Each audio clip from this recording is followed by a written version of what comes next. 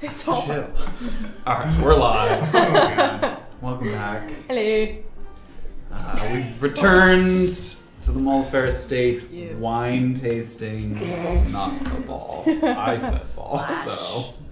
Everybody has called it. If enough people call it a ball, maybe it just is. I think so too. Don't make me feel bad. It's a gala. Yeah.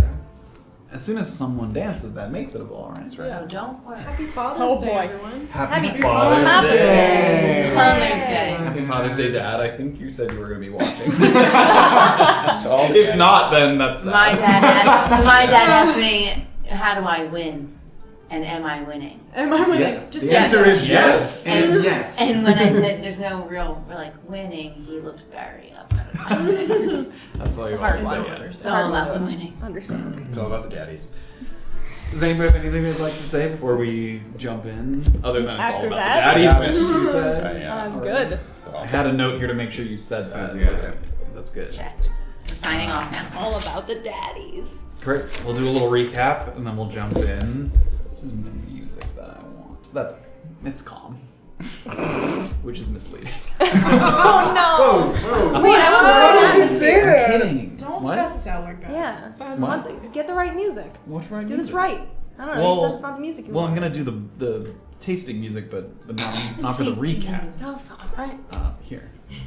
A little intrigue. There we go. Oh. That's It might be better. actually really quiet. There we go. See, I told you the other one was calmer. All right. In Chapter 6, An Acquired Taste, Orba and Safira conversed at the Dancing Clan, awaiting the rest of the group's return from their meeting with Robert Bastille. They overheard a heated discussion at the staircase down to the basement, where a distraught woman sought assistance in the absence of her husband Willard, who we met near the Broken Crown blockade outside the city. Lacking the prerequisite pass and learning of our association with Willard, Lauren implored us to help ward off some members of the Gentle Void who had taken up residence in her home. We deemed splitting up to be the best course of action. Safira, Orba, Graven would head to Lauren's house, and with a crafty magical disguise attempt to scare off the occupying thugs. Beezaura and Erland would prepare for the Mollefaire tasting, buying Erland an elegant ensemble from the lightest stitch, and retrieving an invitation from Beezaura's room at Fable's Repose. At 33C in the Rose District, the Gentle Void awaited Lauren's return in the backyard, seemingly up to something and perturbed at the appearance of uninvited guests. Their leader, Carradine, was unfazed by our intimidation tactics, but, with his men less keen to engage us, he agreed to a 24-hour reprieve in exchange for Graven's hand-marked parchment that he acquired from Jillian's lockbox days prior. Day and a half prior. Lauren made plans to escape during this time and promised that after she had left, anything in the house was ours to investigate or salvage. Before reconvening with the others, Erland did some additional digging at the library and attempted to access the deceased Administrator Foussard's body, currently resting in Chupa Hall. He was rebuffed, and heading back to the Dancing Clan, passed by Safira, who came to postpone her evening plans with Steve. Steve. In this time, Graven and Orba made their way to the FBC Command Center, where Graven inquired about any available bounties or open contracts. Making note of what they had on file, the time had finally come to meet Robert at the Orange Chupa stables. Equipment stowed, emergency safe words settled upon, and attendees washed, we divided up and set out for the Mollefaire estate.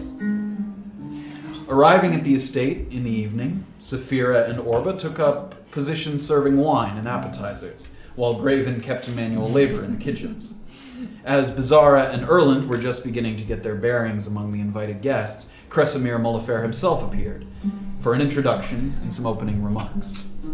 We learned that the dead man we found in the grotto was a friend of Mr. Mollefaire's, and that his daughter had recently gone missing. And with his words hanging in the air, we turned our attention back to the party. When, or if, we are able to locate Armand Valliard, what would he have to say about Jillian's disappearance? Will Beezaura be able to find a lead to the first piece of her dangerous puzzle? And how much cheese is Graven truly capable of lifting? We find out now on Chapter 7 of The Peak Beneath the Veil. Now.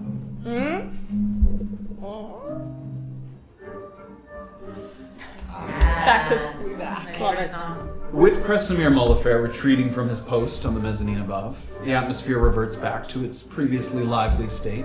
The musicians pick up their instruments and begin to play, the sommeliers return to their posts, and the dresses and the robes of Auntie Suyu's finest swish and shimmer as they scuttle across the marble floor from click to click. We start first back in the kitchens. The formal arrival of the Mollefairs having signaled an uptick in the intensity in the production. A line of laborers is hard at work, sort of slicing fruits and cheeses, handing them off to be arranged with a medley of nuts. And a pair of wood-burning ovens keep the area very warm, smelling of fresh-baked bread. A few unlucky hands are hauling wine barrels up a stone staircase that they're leading down to, presumably a sort of storage cellar for the wine. Graven's been put to work changing out cauldrons above sort of an open fire with a stone ventilation shaft. Normally a painstaking 2 or 3 person job, but the Goliath sort of performs it with ease, sort of lifting and setting them down. You've been paired with a middle-aged man who's there sort of stirring the pot, occasionally adding things, black pepper, ginger, saffron. Seems to be sort of meaty stew that he's cooking up. And he stirs, sitting next to you. A couple of more minutes, and we can change this one out. Smells good. He speaks. Oh. You were quiet earlier, but I get it. I don't mind. Don't mind a quiet assistant. Before I worked for Mr. Mollefaire, I was a kitchen hand for Lord Raimi Purinoy at his castle south of Dillisoon, near the Wixom Mountains. There was a cook there who was prone to rambling, couldn't help himself. One day, he was flapping his gums, and he caught Mr. Purinoy in a bad mood, and his lordship tossed him into the cauldron that I was washing. Told me to keep stirring lest I join him. Screams were terrible, but a good bit of cumin covered up the smell nicely. Ever since then, I don't mind a quiet assistant. He kind of goes back to stirring for a moment. This one's ready. You can swap them out. Goes to sort of hands you the iron sort of rail that's above it. It has sort of thing wrapped around it so it doesn't burn your hands. Lift it up.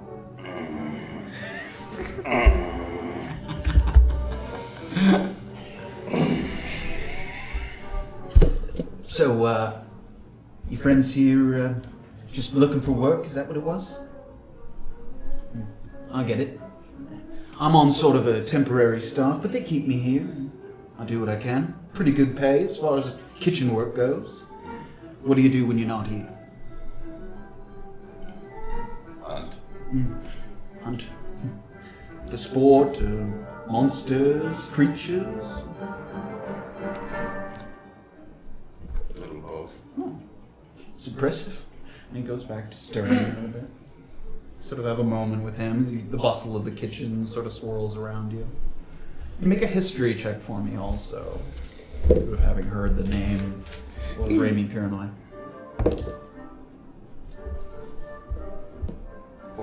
14.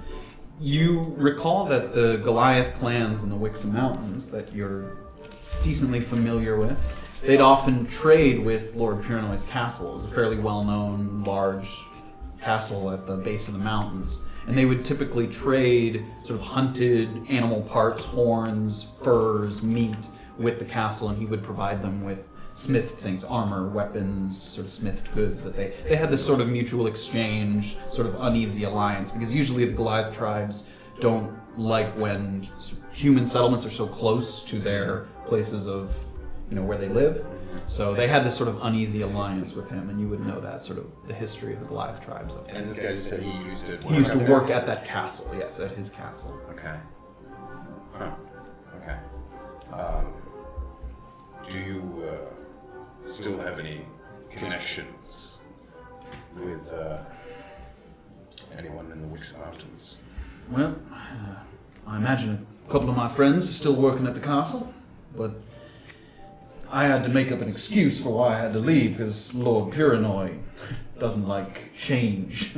But I told him that my wife gave birth down here. I don't have a wife or a kid, but it seemed to do the trick. Caught him on a good day. You ever been up there? Many years ago, yes. You hunt up there? I have. You might have traded with Lord Purnoy, perhaps. You traded with a lot of the Goliaths up there. Traded with many people. I don't recall if I traded with Piranoy.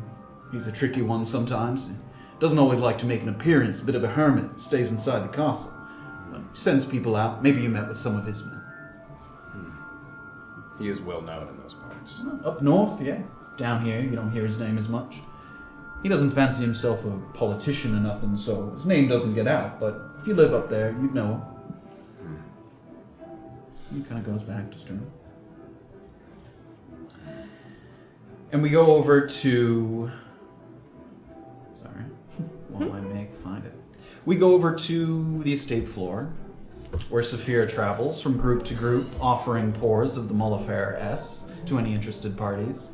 And you've got the bottle, and it's sort of near empty, and you begin to head back to the kitchen, maybe to get a refill or exchange it out for a different duty. And in doing so, you walk by a crowd of 7 or 8 people. And you're sort of walking by, and they're standing here. And one man, a Tiefling, moves to separate himself from the group. And as he does so, his tail kind of gets caught on a portion of his robe, and he trips and stumbles back, and he stumbles back into you. And make a dexterity saving throw for me as he bumps back into you. Oh, nat 1. Now, so as he bumps into you, you lose the grip on the bottle, and it kind of...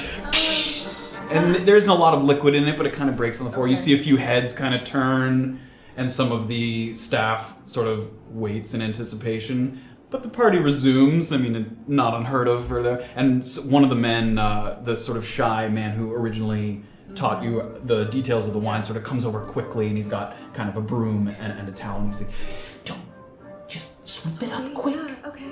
And you start to sweep it up, and he's kind of collecting the glass pieces as and as you guys are doing this, the Tiefling who bumped into you turns around. I am so sorry, entirely my fault. You must forgive me. No, not at all.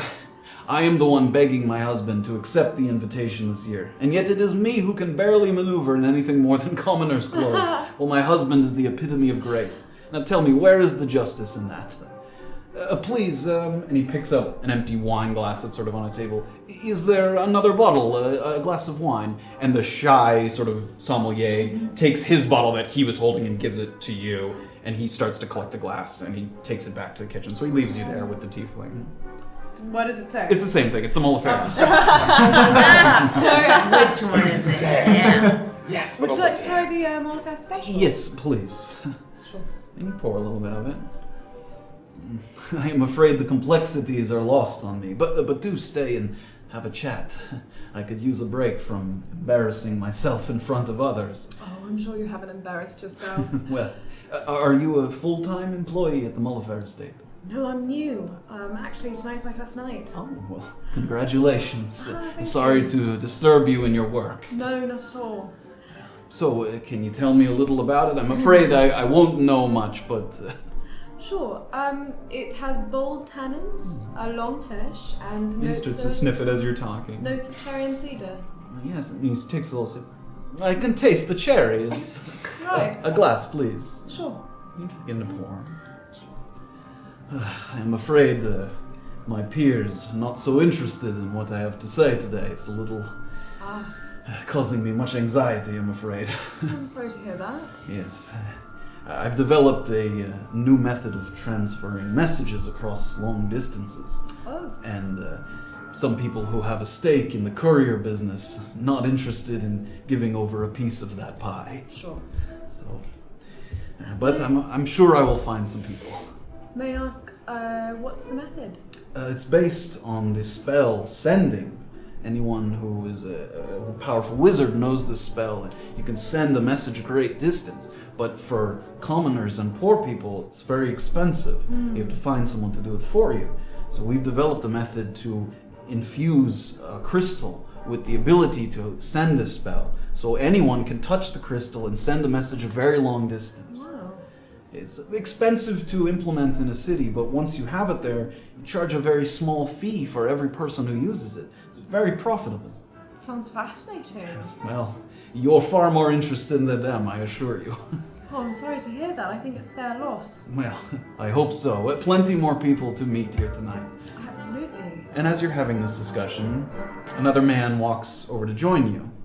A shaved head, white goatee, and he's got a long black vest that extends down past his waist. He's got silver buckles across the chest and a fine white tunic underneath.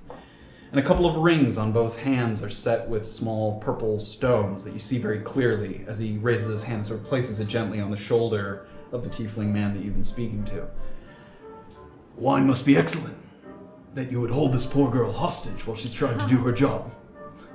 And he takes the wine glass out of the man's hand and takes a little sip. Black cherry, currants, cedar. It's good, but I think I prefer the Old Glory. And he hands it back to the man. This lady was merely providing me respite from those thoroughly unimpressed by my proposals. Well, the night is young. If you don't mind me saying, you don't hold yourself like a sommelier. You hold yourself more like a soldier. Would I be incorrect in assuming you've had some military training? I'm just new. My mistake. You'll have to excuse my husband Raymond. He was once a highly decorated officer of the Fleet of the Broken Crown, so he sees the service everywhere he goes. Right. I am very proud, but also very thankful that we have begun this new chapter together. As am I. I'm kind of scanning the room just like to see if anyone else needs some wine. Sure. Yeah, I mean, there's people that are kind of looking around glasses that are low. I'm trying to broadcast to them a little bit that like, I'm still working. Please, sorry to interrupt. Perhaps if you come out with another variety of wine, you can come by and let us have a taste. Absolutely. I will. Thank Nice to meet you. You as well. Enjoy the night. Thank you. I'm just kidding. And they turn and they walk away. And we turn over to Beezaura. Let me find what I think. We move closer to the drawing room, where Beezaura is moving amongst the guests, glass of wine in hand. And as you pass a small seating area, you make eye contact with a woman who makes a polite smile and kind of waves you over, motions to a seat in front of her. Thank you. Darling, you look a bit lost. Would you care to sit for a moment? Sure. I was just commenting to my associate that it's wonderful to see such diversity here at the estate. There hasn't been a halfling here since, well, old Lanford Rolfe passed away. Oh, isn't that charming for you to say? Yes, well, I just love meeting new kinds of people. Mm-hmm. We are an interesting kind of people. I didn't mean to suggest, merely that it's out of the ordinary. No problem, Mum. I'm Iris. Iris. And this is Edgar, my associate. Oh, it's nice to meet you both. What sort of... Who are you here with, if I can ask? Oh, I've just come myself. Oh, wow. You must know someone to have received an invitation. Oh, an old friend. It's not worth talking. Goes back a long way, I'm sure. Of course. Doesn't it always? And what sort of business do you tend to? Mostly leasings. I run a number of timber and ore leases, which is fairly profitable if you sell to the military, which we've managed to procure a couple of contracts in that nature. Well, look at you. Yes. That's quite impressive. And can you tell me a little bit about what you do? Well, I am sort of a jack of all trades, I guess you could say. I dibble and dabble in many sorts of work. Give me an example. Well, let's see, I recently tended to a battle, actually. Oh. Yes, You fight or you military strategy? a little of both. Oh.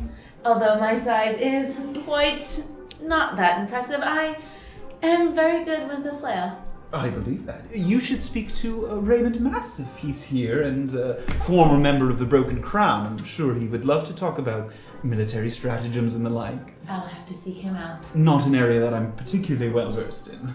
I would love to hear more about the real estate dealings that you do with. I am not quite familiar with those. Oh, not so much real estate. Renting out access to mining equipment, timber areas. Real estate's more sort of Ramsay Brandt's area of expertise, although we do work together quite Oh, you often. do? Yes. I've heard of him. I hear he's also quite impressive. Lovely man. I don't believe he's arrived yet, but yes, we come to work together a number of times.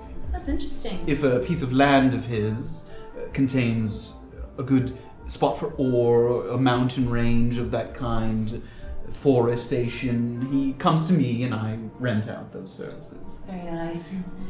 Do you ever have need for any more extra help in your mining services? You're a miner as well? I can pick up the skills. Oh. What would you say your strengths are? Just if one were interested in your variety of services. Well, I'm very strong. I'm little, so I can fit into the crevices for you. I imagine there's some market for that. Not in my line. Sometimes multiple people will be interested in one of my leases, and there will be a bit of a bidding war, which is always beneficial to me. Of course. And sometimes I'm looking for mediators to make sure that these things run smoothly, because it's quite a bit of money, as you can imagine. I could see that. So sometimes if one feels that they've made the best offer and I feel like I've changed my mind... You need someone to step in. To mediate, yes. Well, I have run with a very intricate group of fellows, and I am very good at staying neutral. That is good to hear. I do prefer to work with people that I've never worked with before, so as to avoid the appearance of influence and grief. I see. Could you possibly consider me for those roles? I think that's possible. Here's a fun activity.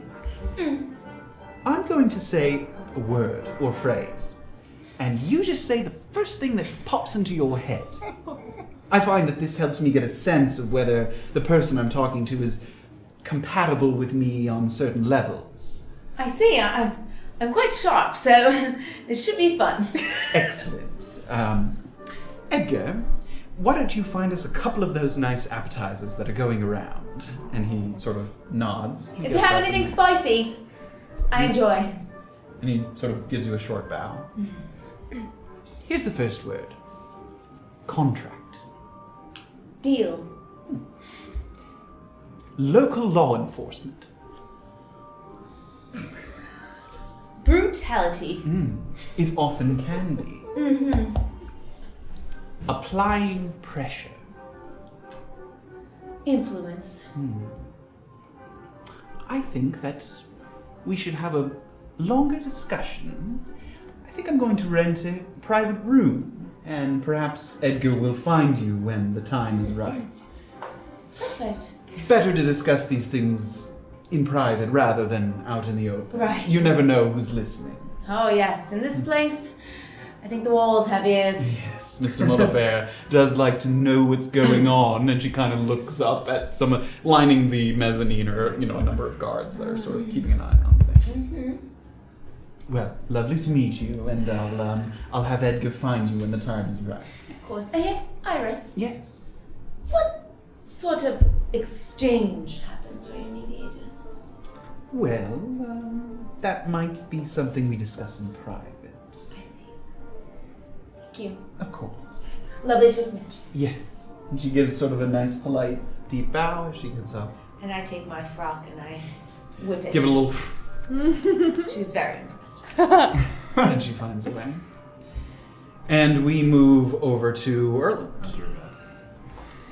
Erland stands, wine in hand, some 15 feet from Samuel Precus, his intended mark before the arrival of the Mollefaires. And this is all sort of happening relatively simultaneously as we're bouncing around. These things are happening kind of sequentially.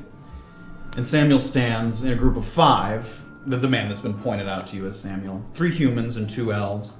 And while his peers seem to be locked into a sort of very spirited discussion, Samuel himself is sort of meeting the minimum level of interest. He's got a kind of flat smile, and he politely nods, frequent swigs of wine. He sort of drops one wine glass down and picks up another one as it's coming by.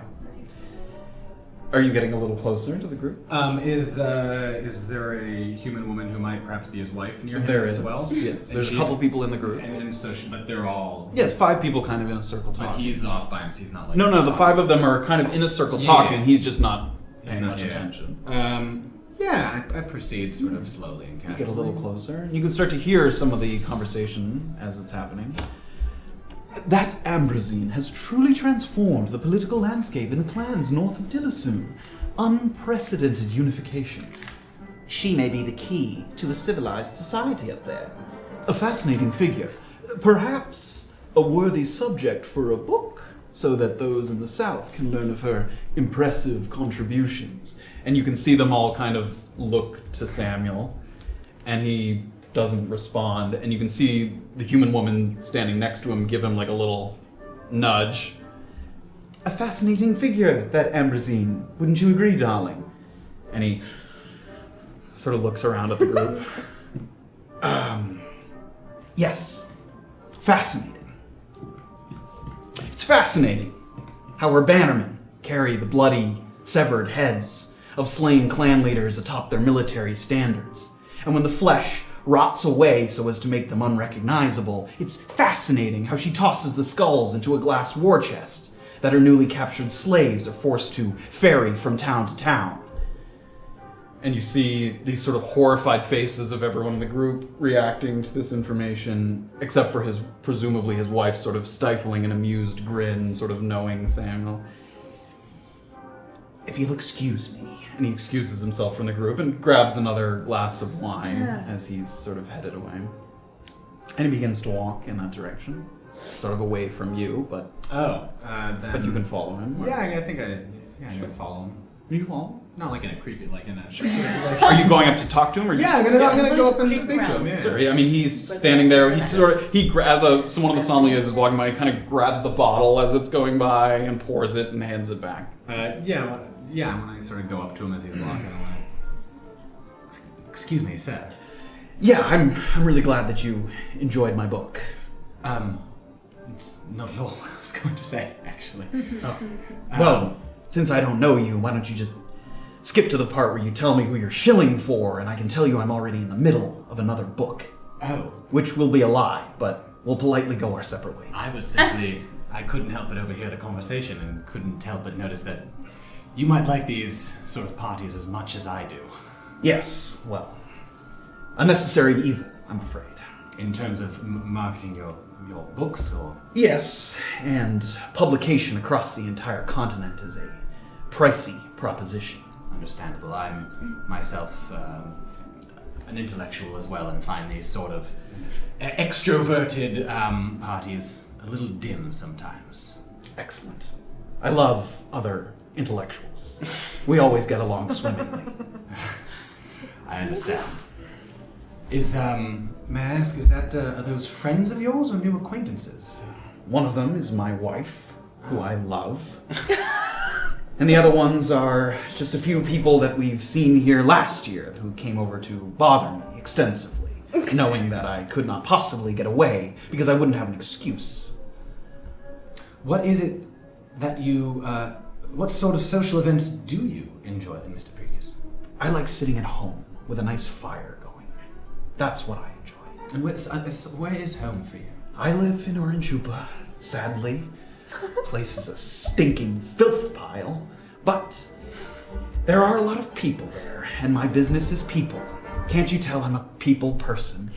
Well, I assume authors must draw from something. I know not of writing itself. Yes, well, I've had the fortune and misfortune of having a number of well-selling books, which makes people interested in me because they think I'm going to write about whatever they want me to write about. Do you... I don't know you. Forgive me, I don't know your work. You write... Is it fiction or is it non-fiction? Is it just... I write historical books, Are they mostly about figures in history. historical fictions or... No, historical accounts. You may have heard of my most popular work, Ranked and Filed, Anti-Suyu's Influentials. It's a list of the most important people on the continent.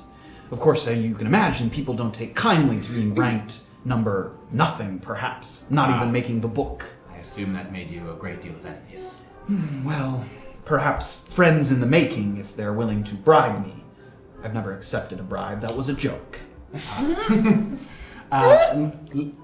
wine has me a little slow-witted. Yes, well, I've been on a mission to find the one variety of white. I find it gives me less of a hangover. Ah, I find the exact opposite. Which is the variety of white that you would recommend? It's called Ode to Grimari. Oh. Him and Mr. Mollefaire were old friends, so he gets a bottle of wine named after him. Is Grimari here? Here? Nobody's seen Grimari in a long time. That's what I heard. Yeah. My father was quite the collector of scientific tomes, and we had a number of Grimari's books, but I heard that he had sort of a falling from grace of some sort. Yes, Rugeni's fall from grace is rather well documented. Not something that I need to write about, because there are whispers of it everywhere. I wasn't insinuating that you ought to write about it. You wouldn't be the first. Do you like Mr. Mollefaire himself? He seems fine. I don't talk to him very much. If I may ask, is the wine tasting always as eventful as it seems to be this year with the horrible announcements? Mr. Mollefaire always has a few things to say. So far, that seems fairly uneventful. I'm not sure what you mean. Oh, just the announcements that he made prior to the start of the party seemed very heavy. I had heard already that his daughter had gone missing. As far as the death in the grotto, well, we're all waiting to hear what Polnick says after his investigation. I noticed that the room sort of chuckled when he mentioned the local authorities. Why is that? I'm new to Chupa. Well, the wealthy have a way of getting things done, and the locals have a way of getting things done, and those things don't always match up. If I may ask, how do they differ? Is the local authorities not good? Are they not trustworthy here? Some corruption has been noted, but even not considering that, Chupa fancies itself a neutral city, so they have a decreased presence of militia and police kind of activity, which makes solving real crimes very difficult. What kind of corrupt is it in the local militia with? Before Polnick came in, it was a real problem. Since then, Polnick supposedly has pulled them up out of the gutters, but that remains to be seen for a lot of people. Where did Polnick sit in your list of influential people? A local lawman that mostly follows by the rules does not make the book. I heard some whisperings just at the local pub that Polnick was a man not to be trusted, that he himself had been involved in some controversies. I heard that as a young lad he found himself in trouble, but as far as being corrupt, nothing of the sort. What sort of trouble? Got in trouble in fights. What Typical young lad stuff. hasn't? Of course, most young lads don't kill people when they get into fights. But, and he takes a big swig of wine and places the empty glass kind of down. Was that about Polnick or about you? Polnick. I'm not really the fighting type. Writers rarely are, I suppose. The Pie was the daughter's name? Yes. Who is? I'd never heard of any of Mollefaire's heirs before. He looks around, kind of looking up at some of the mezzanines. Oh, is that And he touchy? kind of leans in a little bit. I'm not known for holding my tongue, but in regards to the Mollefaire family, I think I'd better not say my piece. Understood. Is there anything about this party that you do enjoy? Anyone interesting? Yeah, there's one thing I enjoy about it. Leaving? Yes.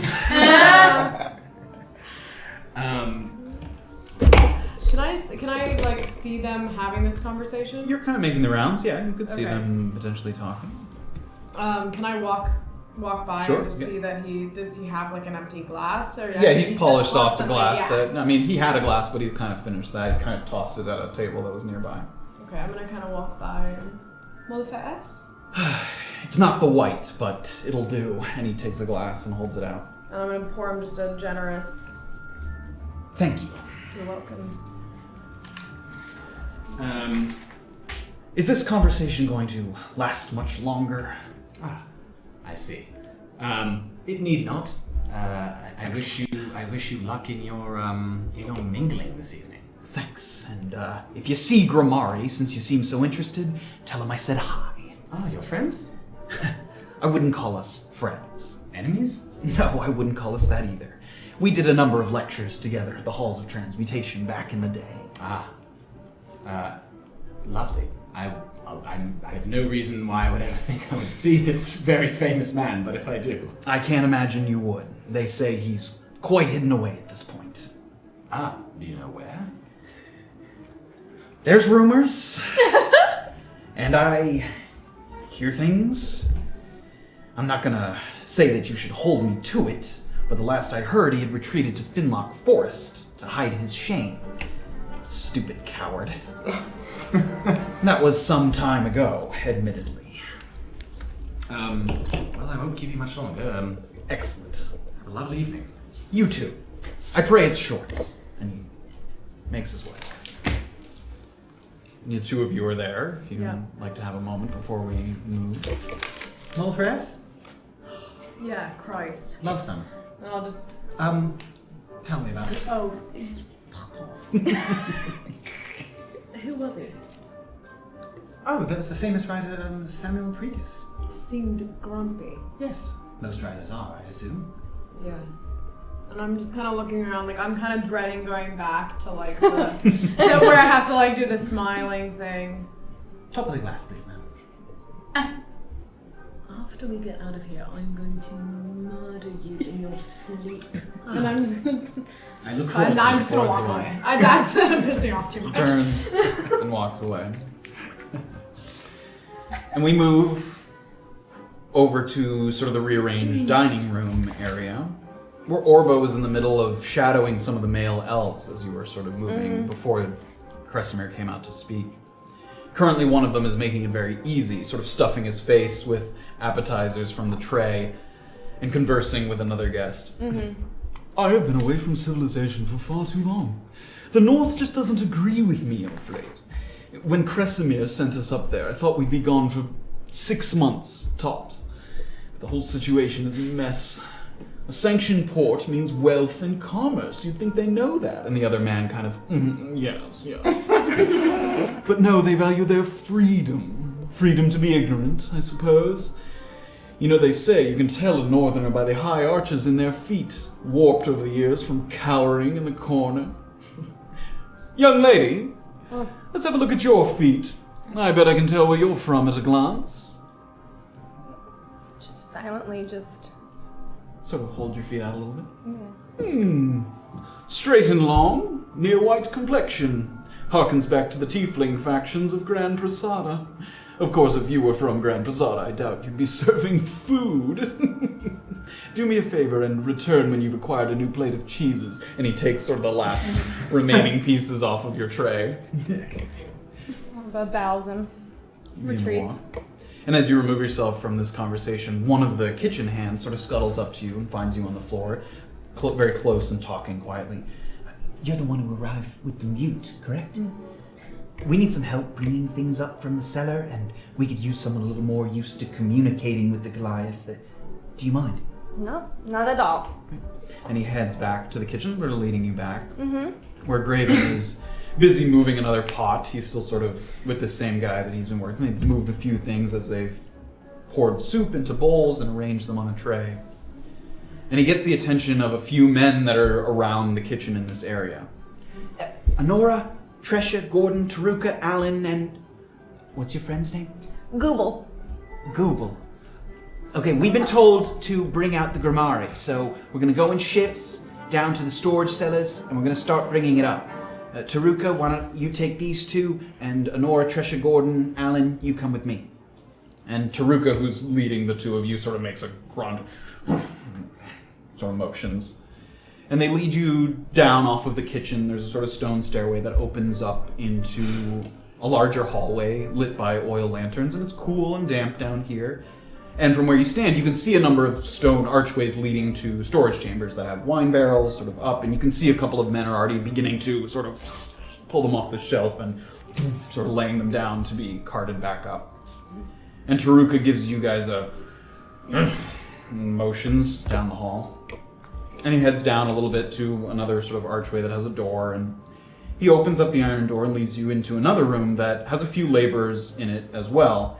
And it looks like this area serves a sort of dual purpose as both a storage area and lodging for some of the permanent staff. You can see a number of cots on the far wall sort of set up that some of the permanent kitchen staff or people in the house sort of stay down here in this cool basement area. And there's an older man sitting at a desk who seems to be marking down. He's tracking things. He's sort of looking, maybe how many wine barrels have been taken down, exchanged. And Taruka points sort of a fat finger at one of the barrels and grunts, sort of one of the wine barrels that's up there. And he sort of gives you a little push and points. And he proceeds towards the man at the desk, and the two of them sort of look like they're having a quiet conversation. And then you hear the older man exclaim, "Idiot! We don't need any more. Send them away." And as he says this, he turns to look at you, having just entered, and his eyes immediately meet that of Graven's.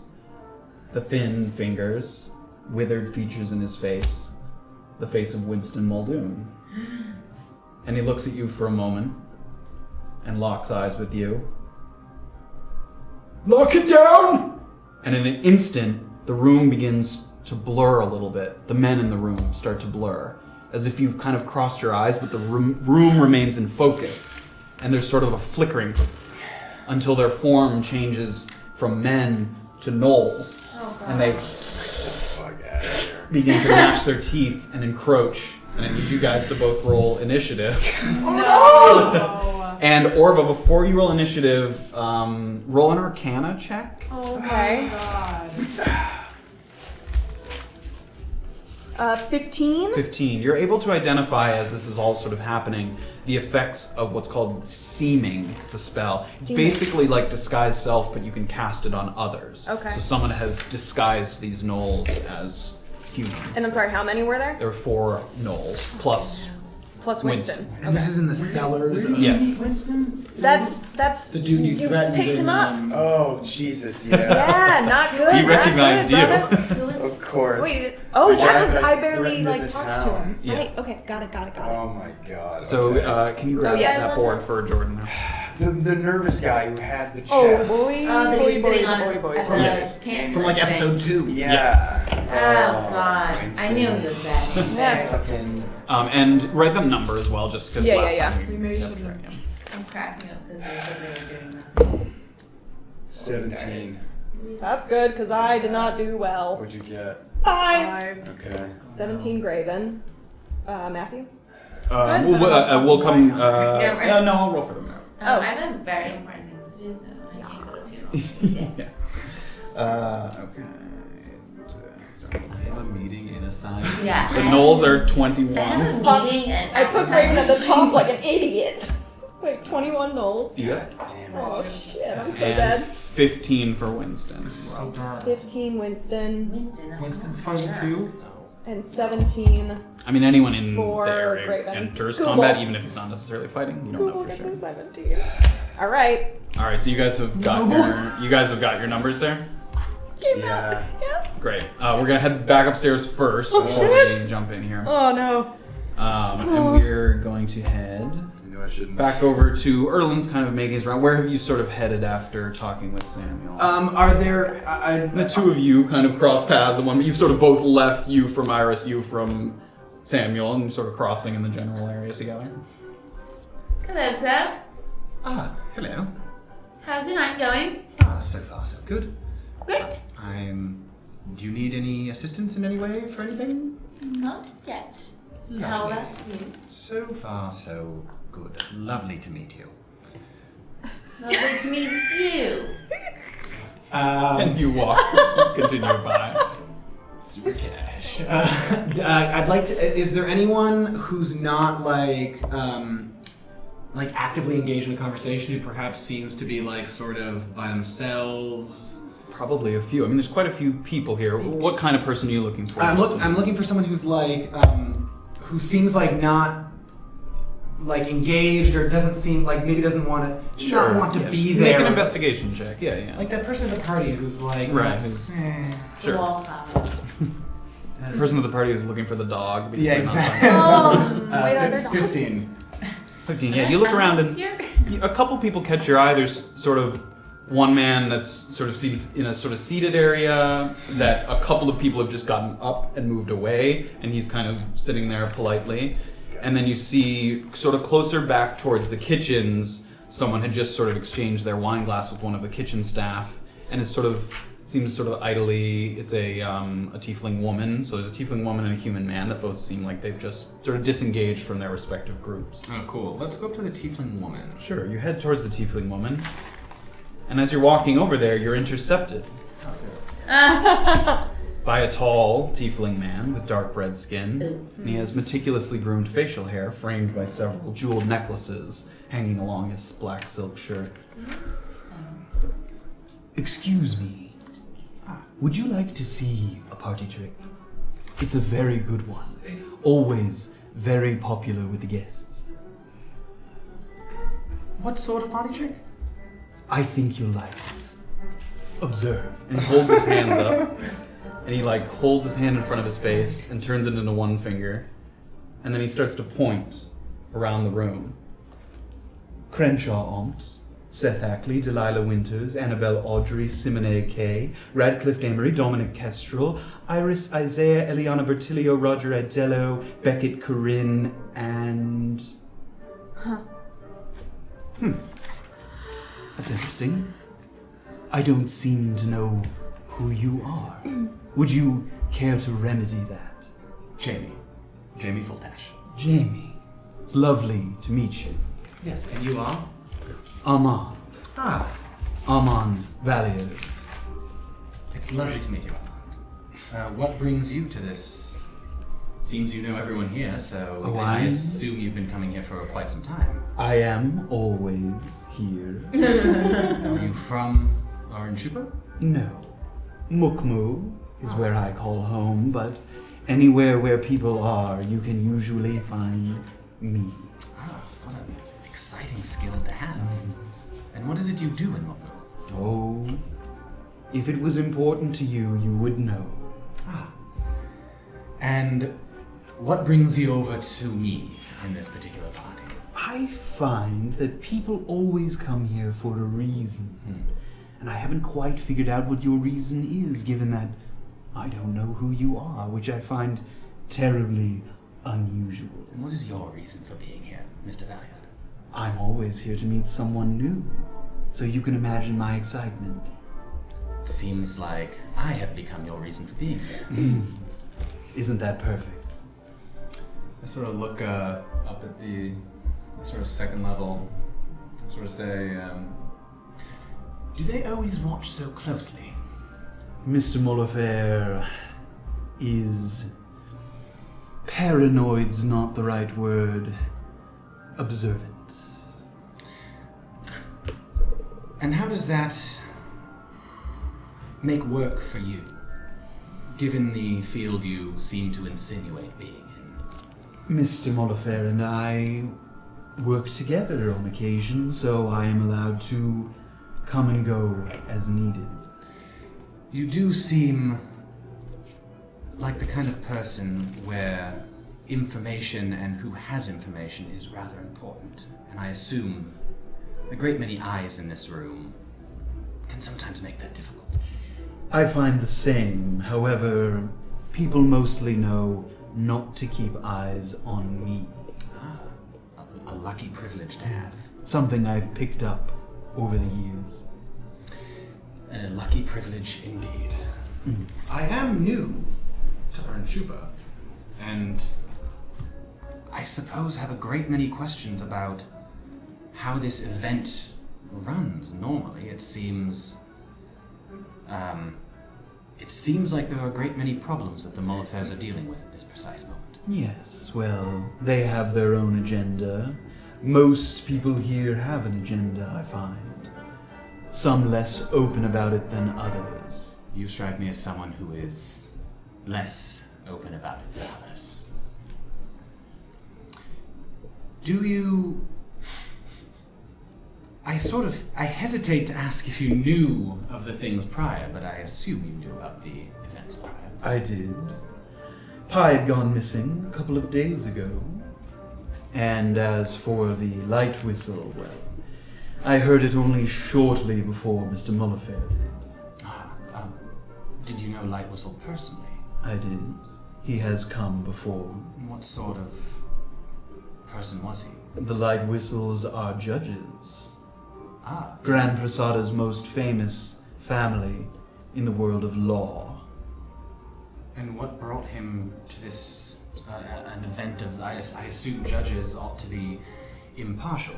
Yes, well, the Grand Prasada judges make an exception for affairs in other countries that they don't have jurisdiction over. Do you have any idea what a very high-ranking Grand Prasada judge was doing in Oranchupa? In the Brick Rock tunnels? Oh, in Brick Rock specifically? Yes. I imagine he was brought there not of his own volition. Under whose volition, then? To be determined, I suppose. I think we should go ask Pulnik, don't you? I'm getting the sense that this man, Pulnik, is, not popular in this room. Pulnik doesn't have a lot of friends. If you've met the man, perhaps you know why. We've crossed paths. Enough about me. Perhaps a little bit about you. Well, what would you like to know? Why are you here? I'm from the Kira mainland originally. I have come to Oranchupa as a traveler. Why am I in Oranchupa, or why am I at the wine tasting? What would you like to tell me? Well, you have come a long way. I have. Anything I'd like to tell you, I think would probably be best to be said in a private room. Again, given the... I don't have necessarily the carte blanche that you might. The Dwarven Guard, standing to the right of the stage, in front of an iron door. Do you see him? You look over to where the musicians are to the right. You see the Dwarven man standing there. Not one of Mr. Mollefaire's. One of mine.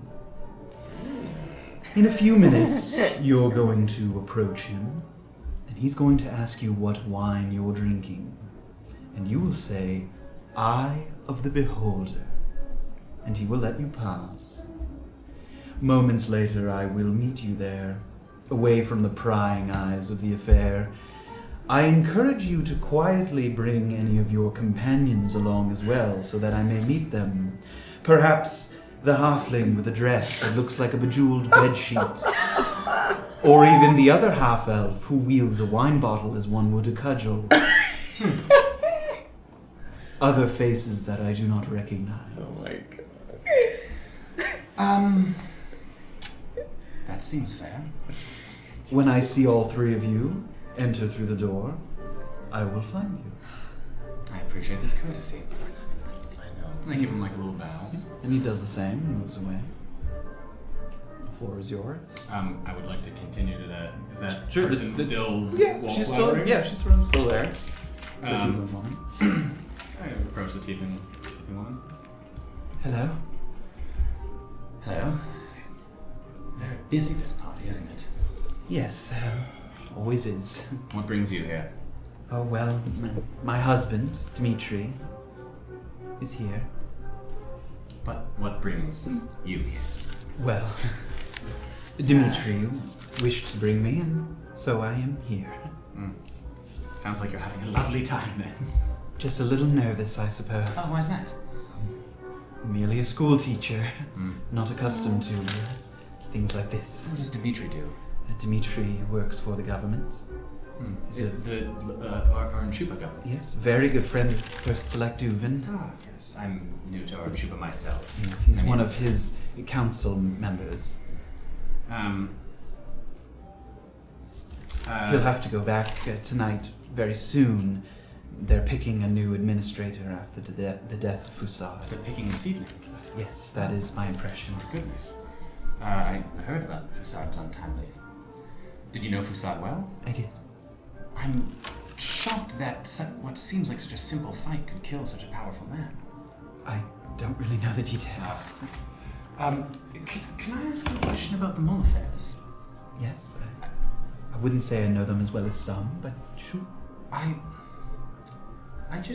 never heard of his daughter Pi before. Oh, I knew her.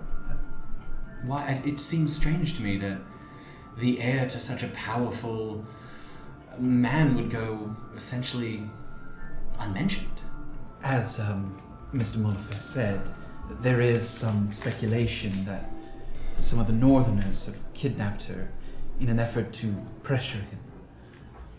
What was that Northerner's name again? Cliff. Ironclad, yeah. Who is this Cliff Ironclad that he mentioned? I only know what my husband said, which is that he runs part of the Navikapura faction up there, and they're somewhat resistant to others coming in to further renovate or civilize. I'm not sure what the right word is.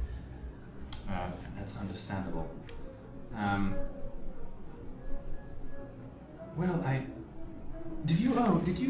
was shocked to hear of, there was a death in Brickrock of an Asimar.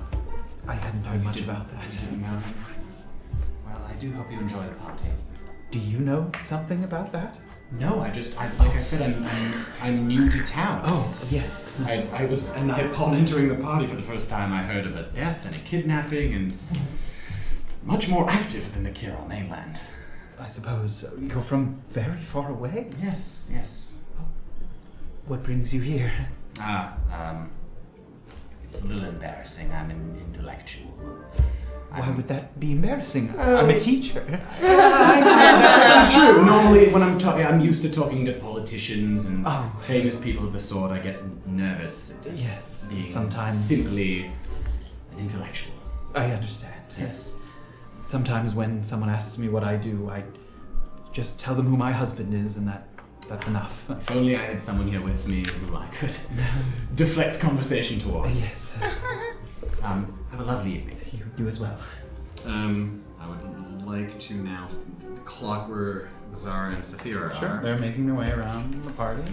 I'll go up to Beezaura first. Sure. He kind of finds you. You've been sort of milling a little bit, waiting for Edgar to come and receive you, and Erland comes and finds you. Ah.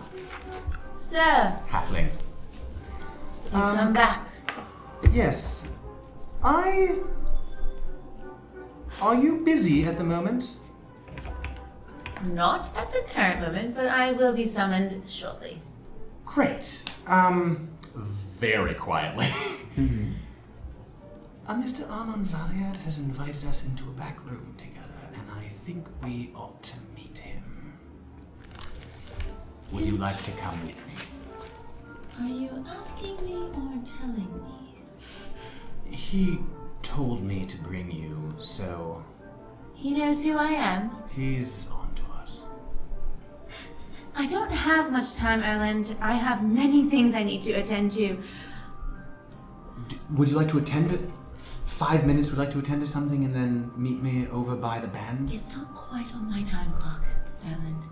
This seems extremely important. Give me a moment, please. Stay here. And I go in. He stays put. Do I see Edmund like by the appetizer? Edgar. Edgar? Yeah, Edgar. Can I go over to him? Sure. Sir Edgar? Not yet. I know. Just when do you think, by any chance? I reserved a room. 30 minutes. 30 minutes. I'll meet you here in 30 minutes. I'll find you. Great. Right. I go back to Erland. Erland? Yes? You have me for 25 minutes. We could also just, I suppose I could go by myself? That I'll sounds like a bad go idea. for 20 minutes. And at 20 minutes I need to leave. Be back here by the 25-minute mark. Oh, all right. Busy day you're having. I'd like to flag Safira down. Sure, she sees I'm you. resisting him. I see She him. I reluctantly. see him flamboyantly waving at me, and I'm glaring. I'm You need all of us here, Erland. I think that might be best. and are you getting desperate to try to? I Just say for it. Okay.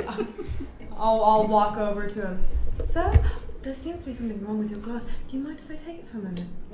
Is this gonna get thrown in my face? No, just for a moment, sir. I think we have slightly more I'm pressing. looking around just to signal to him that other people are watching. Sommelier.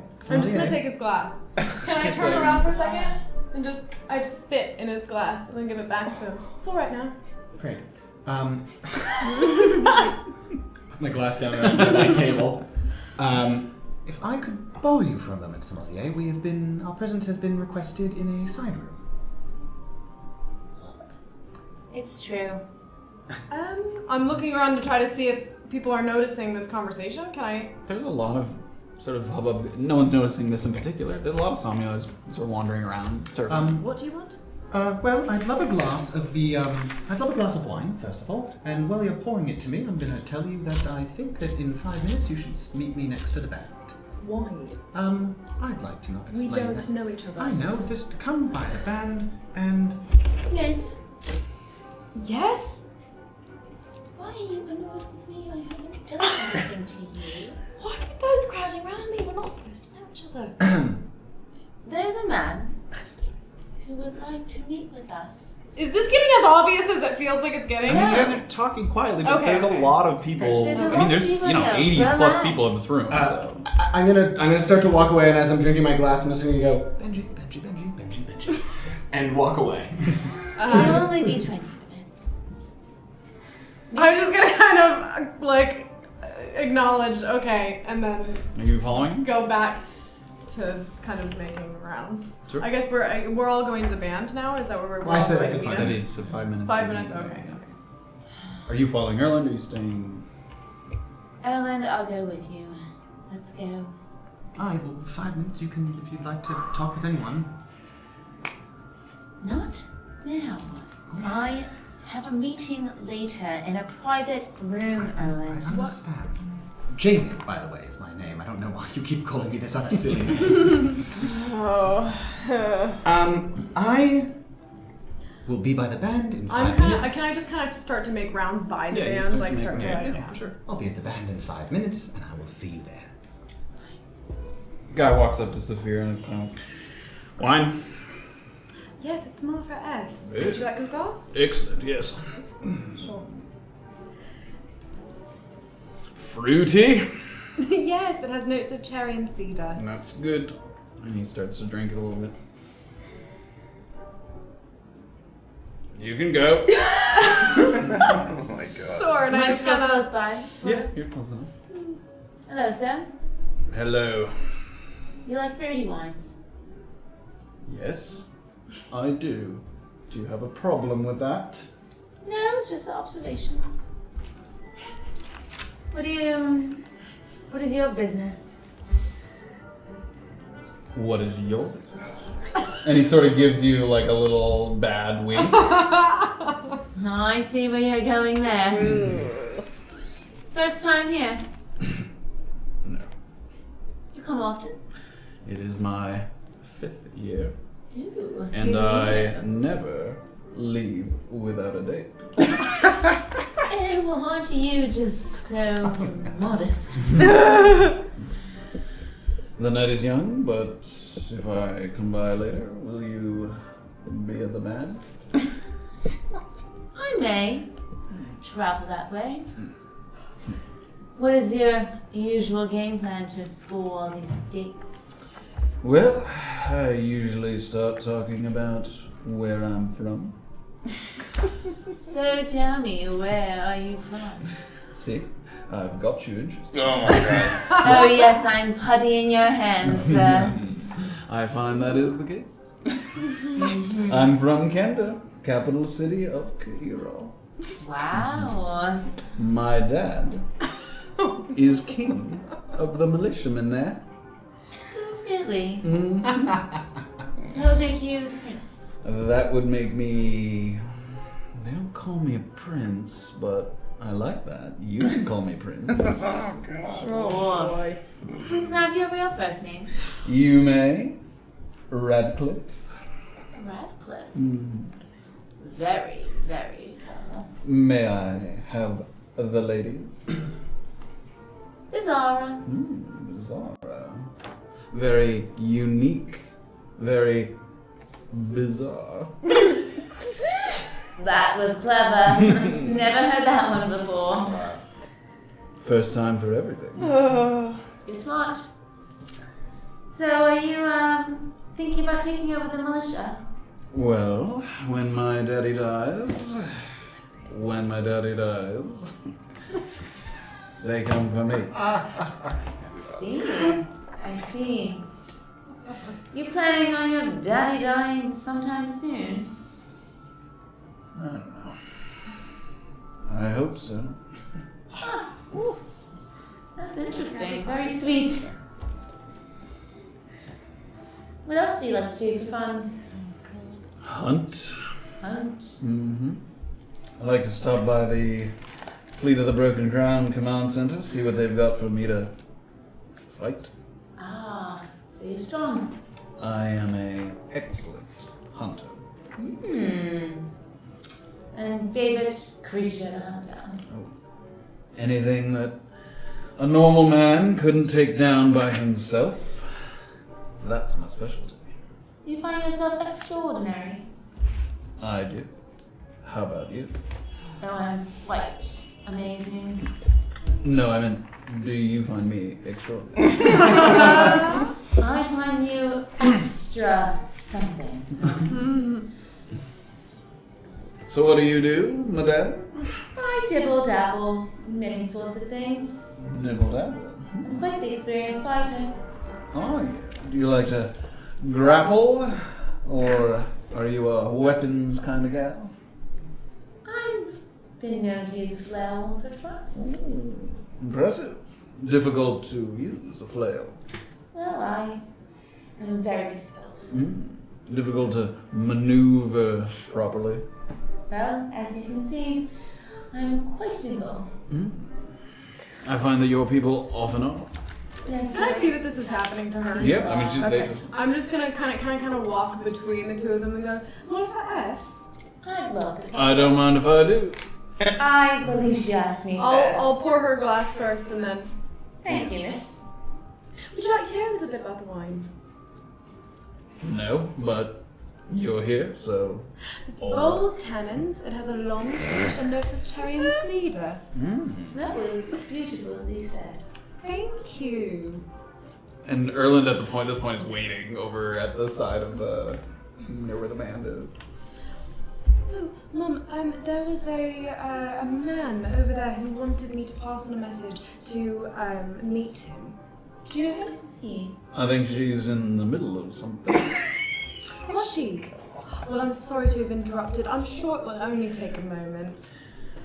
Radcliffe, my friend. Mm-hmm. I will find you later. And he gives you kind of a dramatic bow.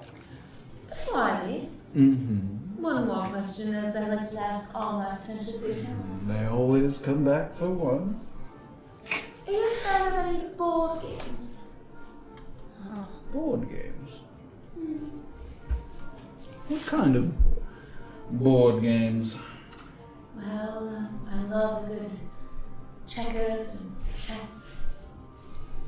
I like a game of chess. Oh, do you? I find that matching wits with someone across a chessboard, you get to know them very well.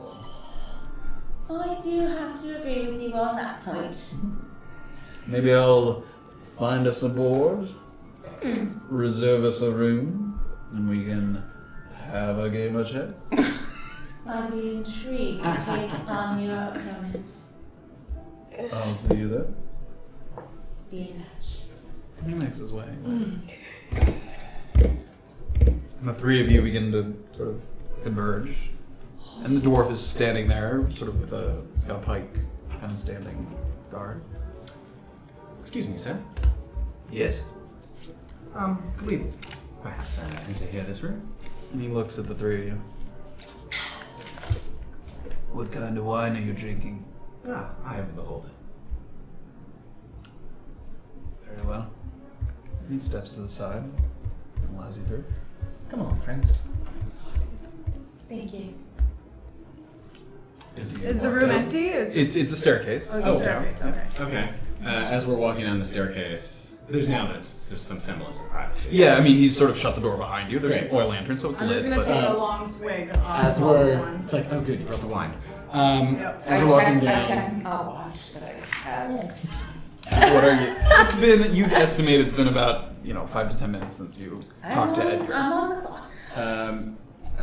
Armand Valiant is perhaps onto us. What does that mean? It means that he knows you're definitely not a sommelier. He still believes my name to be Jamie Fortash, and he knows that you also probably weren't invited. I was invited. Not properly invited. I have a real invitation. That's my opinion of you is not the point in this instance. If he wants to see my invitation, I will show him my invitation. He's not. He's not. He's skeptical of our presence here, and he asked me to bring you two into this room. I don't know why, This is where we die. this is This is where we die. potentially. As you guys are talking, you walk downstairs. I'll just tell you where. You get into what seems like a fairly simple lounge area. There's upholstered seats, a fur rug, and a number of glass cabinets that are displaying pieces of art, and there's some portraits on the walls. Marble busts, sort of carved wooden figurines, a number of collectible pieces. It seems like this room he's sort of amassed a collection of little trinkets. There's a wooden pipe on a display stand that looks fairly ornate and carved. There's a dented suit of armor that seems like it was from a time of old. A couple of other small things, glass, collection of marbles and shells in a little box on sort of a side table. Erland, make a history check for me. 19. As you look around, you notice one of the portraits hanging on the walls. And you notice it because it also hung in Grimari's office back in the day. And it's a portrait of Odell Barnabas II.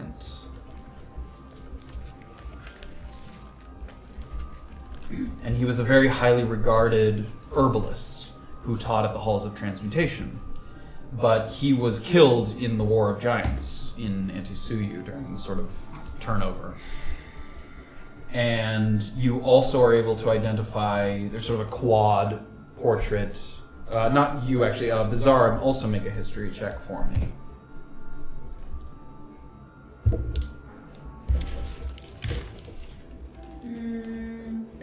13. So you recognize this sort of, there's this one piece that's sort of 4 portraits next to each other, and you recognize these being from the region as the 4 pre-Pachacama kings. So before the war, there were these sort of 4 major kings that ruled sort of 4 sections of the continent, and you recognize them having sort of lived through that time, and their names were Namu, Gorart, G-O-R-A-R-T, Shandai, H-S-H-A-N-D-A-I, Shandai, and Genix, J-E-N-N-I-X. These are the 4 major kings of Pachacama. So it seems like he's amassed a pretty impressive sort of collection of art that he's put together here in this room.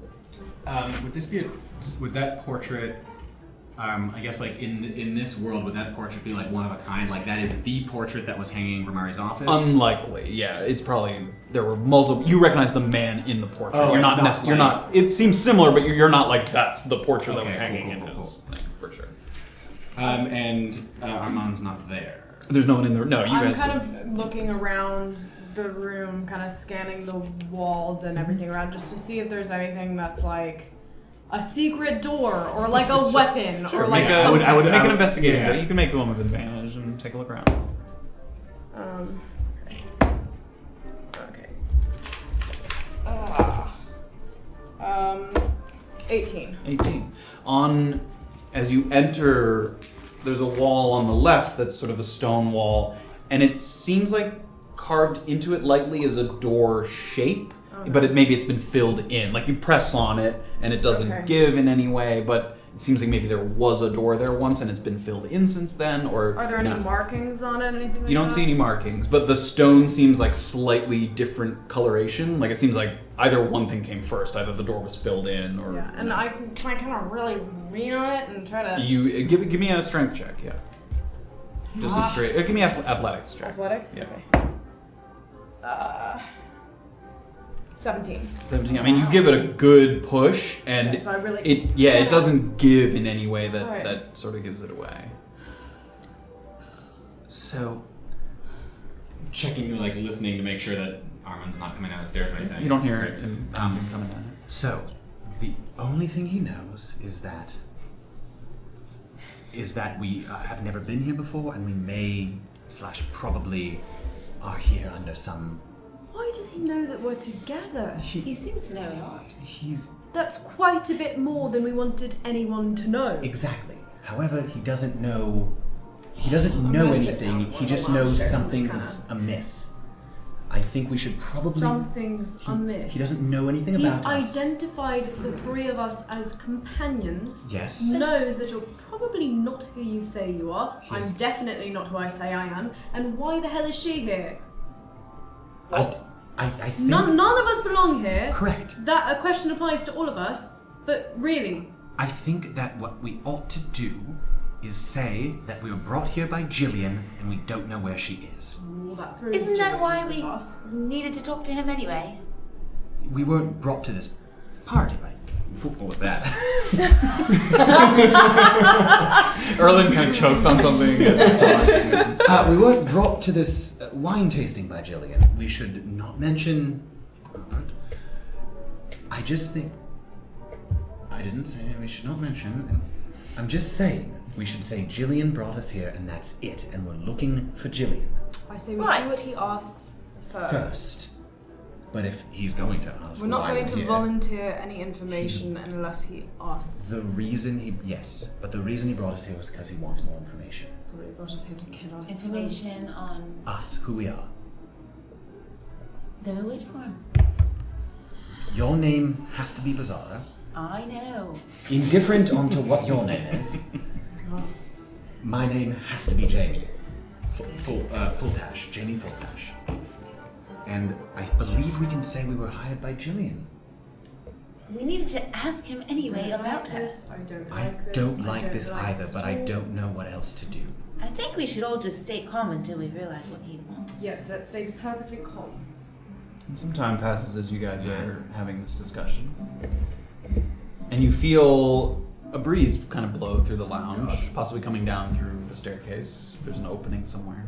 Large enough to kind of rustle some of the paintings on the walls. That they, not like Really heavily, but quickly, just is like... there anything in this area that you can use as like some kind of a weapon? I mean, there's a number of things around. There's some marble busts. You could throw them. I mean, you could take a table leg. I mean, there's no weapons. Where's the marble bust? There's a couple of them. There's a little side table that has a marble bust of a man Can you I don't stand and recognize. lean on it? Sure, yeah. Okay. I mean, it's like so the table's probably like this size, and then the bust is like here. It's like this big. Great. It's And just I a can head. chuck It's just that like a if I shoulder wanted and to? head. You could pick it up, yeah. It's, Great, I'm just gonna lean on it. Sure. I'm gonna sit down in one of the lounge chairs. Sure, you sit on one of the lounge chairs. I'm just gonna stand Playing strong. it cool. We don't know if there's a problem Roll yet. a playing Stand it cool tall. check. Stand tall. I know, there's no playing it cool check. But Just you out can of roll. curiosity. What's the Here I go. How cool did you play it? A 13. Oh, Lucky. that's pretty. You 13. played it pretty cool. That's pretty cool. So the breeze kind of comes through, and the paintings kind of just rustle a little bit on the walls, and you hear a low, kind of hollow groan, like a. Hello. I hate it. I hate it. No response, I hate it. and then a heavy footstep, a kind of like a metal against the ground, and it's loud, and you turn around, and the suit of armor that was on display That's my worst reaches to its left and picks up a helmet that was on the table, and there is no head, but it reaches up as if a head and places the helmet on its shoulders, and it kind of starts to, each of its digits, it kind of, and you hear that as it's kind of stretching out its hands, and it takes a step forward And you see the suit of armor standing tall, now up from the wall. And it kind of waits. Nobody move. And it takes another step forward, so and you hear kind of the hollow footsteps kind of ringing up through the suit of armor. Eye of the beholder? Eye of the beholder. Make a initiative roll. Oh my god. Oh. All three of you make initiative. Yeah. I need 2 columns of initiative stuff. Initiative's D20. Yeah, we haven't done this in a while. Yeah. Yes, and nice. plus your Yeah, initiative. we haven't had a good Yeah. fight in a while. 13. Oh, We're gonna die. We're all gonna die. Easies. Oh my I god, forgot what is this? No, I got it. This is garbage. 8. Well, If this Hold- is going hold to on, take more hold than on. 20 minutes, I have a very important business. Doesn't matter. We're all gonna die. Yeah, that's true. I'm never done. okay. 20 to 25. No. 15 to 20? Nothing? Oh boy. 10 to 15? 13. 12. 13. What adds to your initiative? There's initiative on the front. It has it as well. 0. 12 Safira? Yeah, 12. Okay. 8. 5 to 9? 8. Okay. 8 as well, so they act at the same time. Okay. The armor. So this is where you got Erland, Safira, and Beezaura are in this. This is the staircase that you came down, and this is the little lounge area. There's sort of an offshoot lounge area. It's all kind of one room. And I'll get the things out in a second.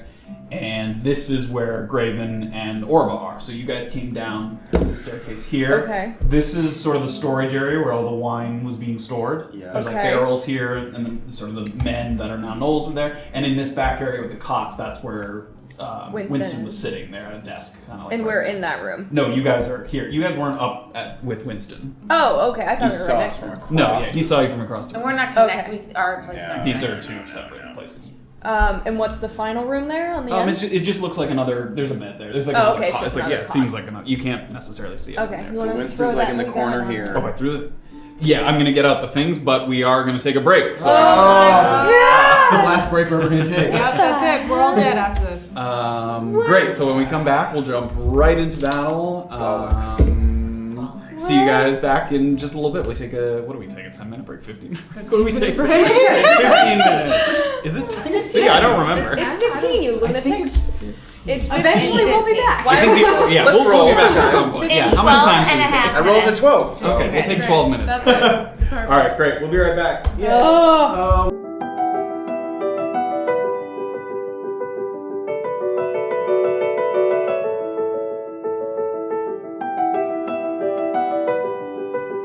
I'm ready. Oh. Let's So we fight. are back. It's fighting time. So we are gonna go, Mighty Morphin Power. despite the separate combats, just in order of Numbers. initiative, top to bottom. Yeah, just so we'll Okay. bounce back and forth between the fights. Okay. Um, Everybody goes and then I'm last. excellent. So it starts with. So we've got again, because I put the things, and I don't know if everyone saw. Here's the suit of armor. It's like some weird thing on that thing. but- It's a bird cage with arms. Yep. So that's a suit of That's armor. amazing. Safira, Erland, Beezaura. This is Winston here in the red robe. And these are gnolls. One of them looks different, but they're all the same. They're all gnolls. Okay. Any other questions about the layout before So we... are there other people in the basement with us? The people were Everybody gnolls. that was in a basement. Yeah, there wasn't that many was people. gnolls. There was 4 other guys, and they were All right. And what did you say about like a some So you like can lose a sheen fell from the room, or is it got cloudier? No. There was like a shimmering, and it was like if you looked at a man, he was like vibrating, and he vibrates, and then he was a gnoll. Like it was the dispelling of the Okay. illusion of the man on top. So it's not kind of in the room. It's just, No. just It's not kind of- affecting your vision in any way or anything like that. That was just the spell wearing off or turning off or whatever. You want to hit us up with some battle music? Yes, I do want to hit us up with You that. can't have a battle without Let's do proper it. battle. Well, I gotta get pumped. Yeah, let's do. Oh, please don't kill us. Oh, I'm so glad I smothered my crystal into this party. I thank God. Oh, yeah. There we go. There's some familiar battle Thank you, music. Kevin. Wow. All right. Does anybody have any general combat needs a reminder? Does everyone know what your armor class is? Because it's not the one on the page. Remember, you're not wearing armor. Not. Yep. Remember that. I had everybody write down what their new armor class was. Yeah, I have it. Does everybody have that number? Yeah. Wizard. Okay. Don't tell him. Yes. Keep it to yourself. And pretend it's 19. Pretend it's, yeah, exactly. Okay. Alright, so Who we got? we start with the gnolls in the basement. We start with the Knolls. So, I just ate a bunch of Skittles. The Knolls quickly chew some Skittles. Yeah. Gnashing them. That was pretty good. So, You can come back as a gnoll. as Winston sort of issues the command, the Knolls kind of spring into action, and you see like a lot of growling and snarling and the kind of gnashing as they move towards you. So they're all going to kind of jump at you in ambush, mostly going towards the closest person. Which is me. The first Knoll's going to run up and sort of. They don't have any weapons on them. Sometimes Knolls are sort of armored with Right. weapons. These ones, because they were disguised as men, they don't have any weapons on them. So he's going to run up and. Oh, that's a weapon. So he's going to run up and take a bite at you. That's 18 to hit. Yeah, that hits. Hit, so it's sort of taking Graven by surprise as the command is issued. He sort of snaps forward and clutches in, and he's going to You won't do. see you later. He does 3 piercing damage to you. Christ. How much HP do you You're tanky, right? Yeah. Not that tanky. And Orba sort of watches as the first Knoll kind of reaches forward and kind of grasps at him, and she Friend. sees the Knolls all kind of coming forward as they're stalking. And the second one's going to come forward and sort of passing by Graven is going to run up to Orba and take another bite. 10 to hit. 10 misses! 10 misses. So Orba sort of seeing the first one, having come at Graven, is able to sort of position herself in a way in the corner that she's able to sort of maneuver her way out as the sort of jaws come snapping. And he misses. So the third Knoll's going to run up. 4. He's going to move closer, but he's going to go after Graven here. So he sort of ducks by the first Knoll and then sort of takes a bite around to the side. Can I use my Stone's Endurance? Yeah, read it for us. Occasionally shrug off injury when I take damage. Oh, so this would be after you do that, yeah. When When I do take you want to do it damage. for the last one? What's that? Read the whole thing, yeah. When you take damage, you can use your reaction to roll a d12, add your Constitution modifier to the number rolled, and reduce the damage by that total. After you use this trait, you can't use it again until. Sure. Did you want to use it for the previous one? Oh no! It would be this one. Okay, sure. So 11 to hit. 11 hits. 11 hits. So Yeah. the other one, sort of, as you've already been distracted, sort of the clawing and gnashing of the first one. The second one kind of takes a bite around, and you take another 3 piercing damage. So now I would try. So you're activating Stone's Endurance? Yeah, I'll do the So Stone's as he goes for Endurance. the bite, you raise the arm to sort of absorb the impact of the blow, and you feel a kind of as the arm turns to sort of a harder material as you sort of summon your Goliath powers and you shrug off. Go ahead and roll. 2. But 2 plus your your Constitution, modifier. which is 2. So 4. 2. So you take no damage. So he can't quite sink his sort of teeth into the hardened skin, and you sort of shrug him off there to the side. Red Knoll. And this one is good Google. 3, 4. Good Google. This Knoll's gonna. So now Graven kind of surrounded by these 3 Knolls here in the corner, and the last one's gonna take another bite. 20 to hit. Yeah, 20 hits. Yikes. And this time I'm going to try something else. Okay. Warding Flare. Interpose divine light between myself and attacking enemy. Right, I can use these. These don't take up other slots like Nope. these. I can Those just are use. those Okay. are like personal Yeah. abilities. Yeah. Attack by a creature within 30 feet. Use your reaction to impose disadvantage on the attack roll. Great. So you're imposing disadvantage. Yeah. So he's gonna roll again. 16 to hit. Oh. So Graven does sort of casts a sort of flashing light that disorients the Knoll slowly, but he's able to sort of already get his teeth in there before the light kind of lights up his eyes and he's unable to see. Okay. So you take 4 piercing damage. Oh, buddy. It's alright. It's alright. I got something. Okay. So Graven is kind of in the corner. He's shaking off Knoll's one on one arm. And he pushes one away from him. Graven Who's will up? be next. Graven's up. So- What do you got for us? It's made me so fucking angry. As I push the last one off, I leave my left hand out, and the symbol in my hand just starts to like glow and like get hot, and I yell, Benji! And I Do we hear him? I cast Radiance of the No, you can't hear me. And I cast Radiance of the Dawn. Okay. So I channel my divinity. Great. So you feel as you summon this, like, the anger swelling about you, and you, in your mind, you summon the powers of your god that has bestowed powers upon you, and you feel it kind of channeling through your body. And go ahead and read the description of it. So, use my channel divinity to harness sunlight, brandish darkness, and dealing radiant damage to my foes. As an action, present my holy symbol. Any magical darkness within 30 feet is dispelled. Additionally, each hostile creature within 30 feet must make a Constitution saving throw.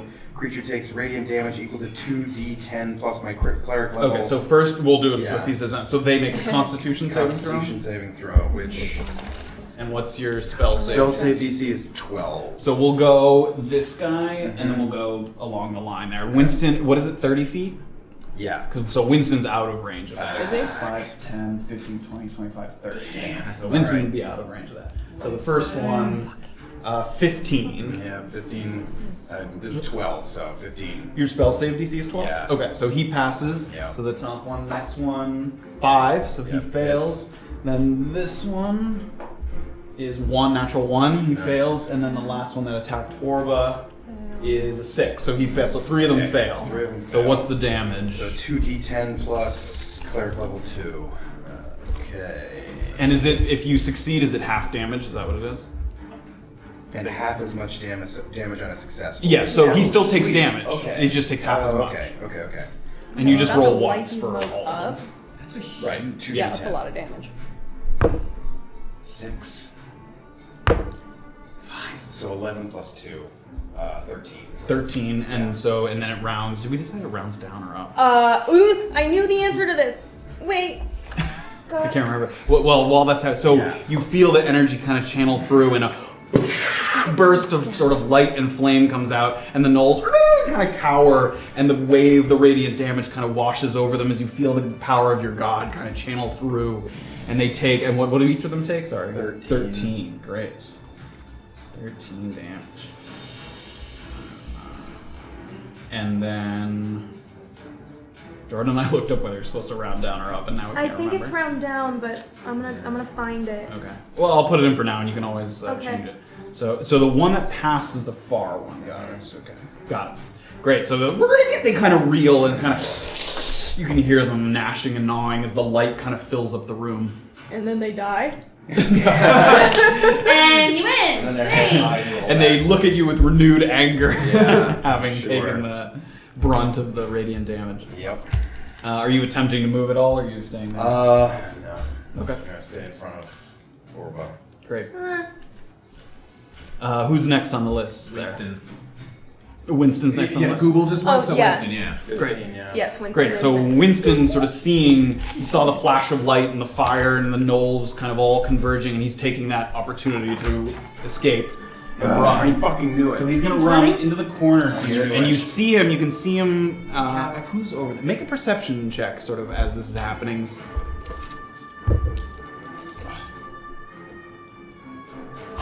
10. 10. Okay, so you see him sort of move over into the corner, and he takes something out of his robe and he pops it and starts to drink some. No. And that's all that you can see, and that's his turn there as No, he it's sort of gonna be drinks his that. belly button. Are we jumping to other combat? Yes. Or going down the line? No, we're we'll going go back in and forth. Back and order. forth? Yeah. Then it's me. Great. So Erland, sort of seeing, having made the noise, and the suit of armor turning towards you, and it sort of stands up as tall as it can, holds its arms out. Great. You're up. I'm going to... I can announce that I'm using like a key thing like after I've done everything, or do I need to do it at the beginning of the... I think so, yeah.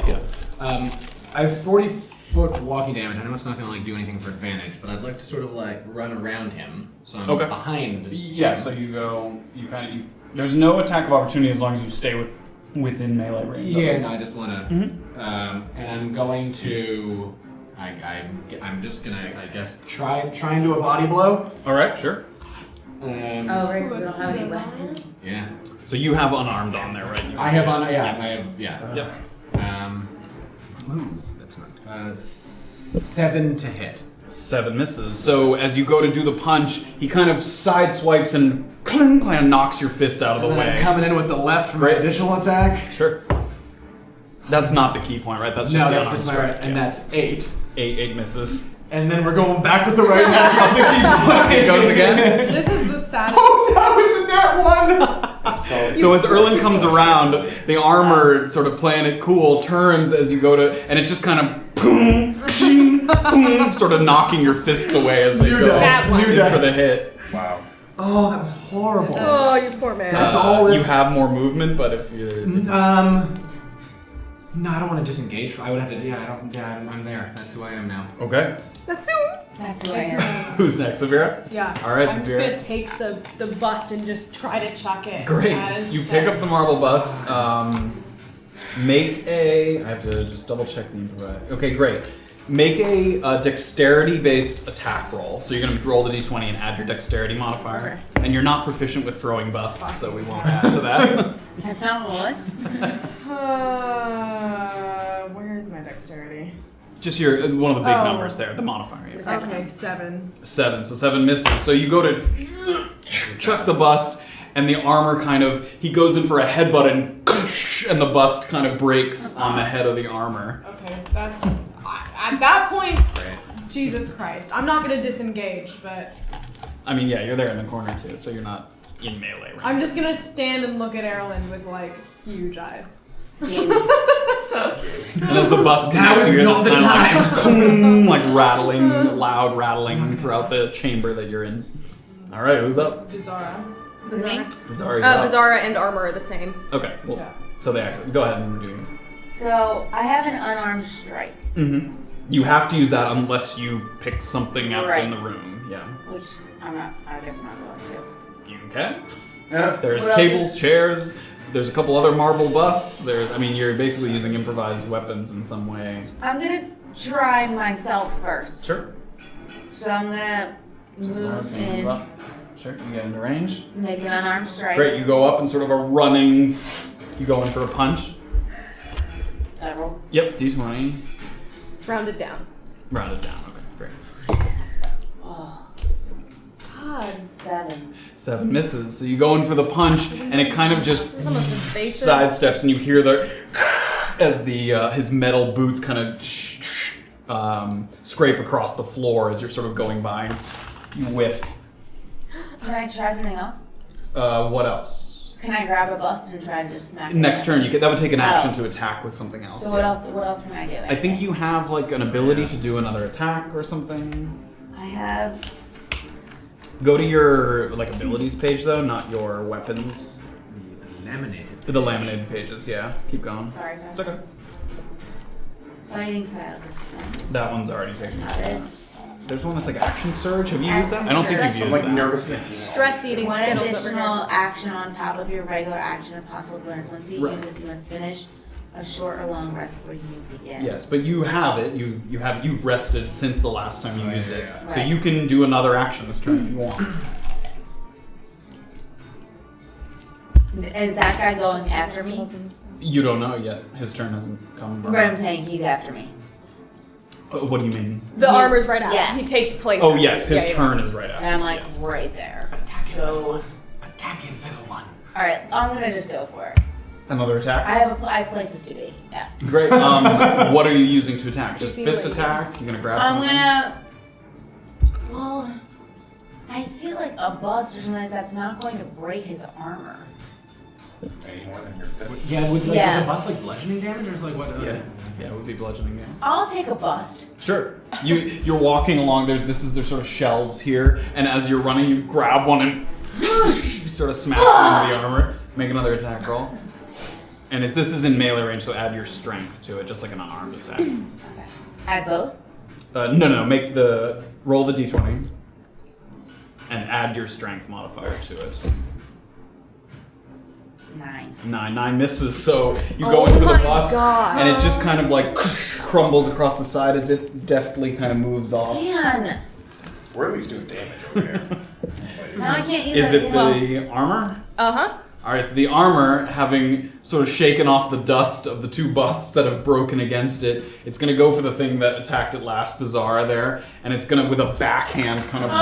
and you hear the of the armor rolling. No.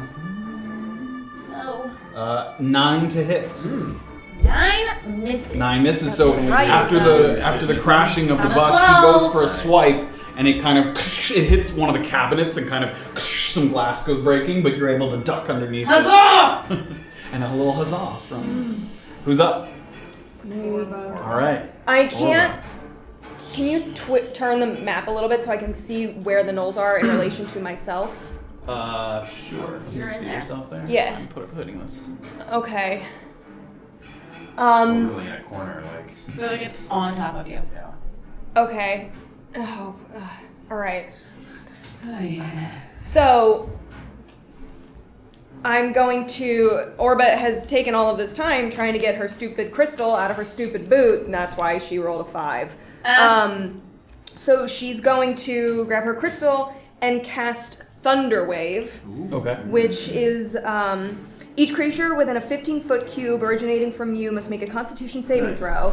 On a failed save, it takes a bunch of damage, and if it fails, it also gets pushed 10 feet back. Ooh, I like if that. they succeed. I like that. Unfortunately, I can't cast it with you in it because you count. So I'm only doing the the one that's directly in front of Orba. How much and the one to damage? the right. 2d10, It's not. 2d8. It's not hostile. It's anything in there. Any Yeah, creature. any creature. Yeah. So it's a 15-foot cube. Is that what it is?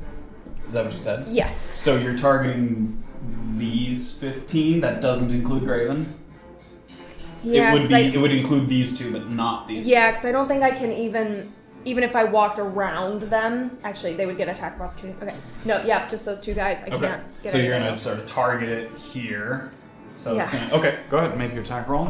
Okay. Or is it just a save? No, it's a saving throw, Great. What's yeah. the save? Constitution? Yes, it's a Constitution. And what's the I'm number? looking. One moment. I seriously. Constitution 13. 13, great. So starting with this one and then going to that Okay. one. 14, first one passes. Okay. And 20. So the 2 gnolls you cast, you feel the. Do you want to describe the spell for us? Oh, yeah, You don't have to Orba read it, yeah. slams her fists together, or palms, that's what those are. Palms together. This is cool too. And just That's powerful. from there it emits all of these small little blips of electricity passing between the 2 of them. And you feel the floor kind of almost like rupture a little bit. So if they succeed, they take half the damage and aren't pushed. Great. Um, And it was 2d8. 2d8, yes. Alright. Man, I'm so mad. Why are you rolling so good? Well, 6 and 7. 13. 13, and so half of that. So half of that rounded so down, so it's 6. Yeah, 6. Great. So they feel the kind of ground underneath them, and they kind of trip and catch themselves a little bit, and they're snarling, and you can hear them kind of gnashing their teeth. They're still standing, but they're looking in kind of bad shape. And then 2 quick things about the spell also. Any, unsecured objects in the area also get pushed. I don't know if that affects anything. Yeah, I mean, there's some wine barrels that kind of the shockwave effect. You see some of the wine barrels and fall off the shelf, and one kind of crashes on the ground, and the ground sort of fills up with wine a little bit along the floor. And then the thunderous boom from the spell is heard from 300 feet away. 300 feet? 300. 30? 300. So 300 3. I don't know. Great, so I mean, potentially, you don't know, Yeah. but potentially But some I of The rest of the party. You're like, Is Winston in range of the spell itself? No. he's gone. No, it's 15 He's feet. gone. This is a little coward. This is a little... He disappeared, right? We don't know he's yet. here. He He's drank still some- there. You saw him he drink, drank that was some his action, liquid. so he hasn't done anything else yet. I All right, see. and top of the round with the gnolls. All right. So the gnolls kind of shaking off the blinding light and the rattling of the ground. They go in for another attack, and we'll just go down the line again. So Yeah. this one attacks Graven. It's Yeah. going to fight again. 3 to hit. Misses. So Graven now kind of, with his footing and sort of the uneasy terrain, the gnolls are unable to gain purchase and they sort of bite out of range. Next one does a 19 to hit. Yeah, it hits. 19 hits. So that one, seeing the other one duck out of the way, goes in immediately and you're unable to dodge out of the way. And you take 3 piercing damage. How you doing? Are Are you at my level now? 8. You're at my level. Yeah. All right. The third one that's between Orba and Graven. 10 to hit.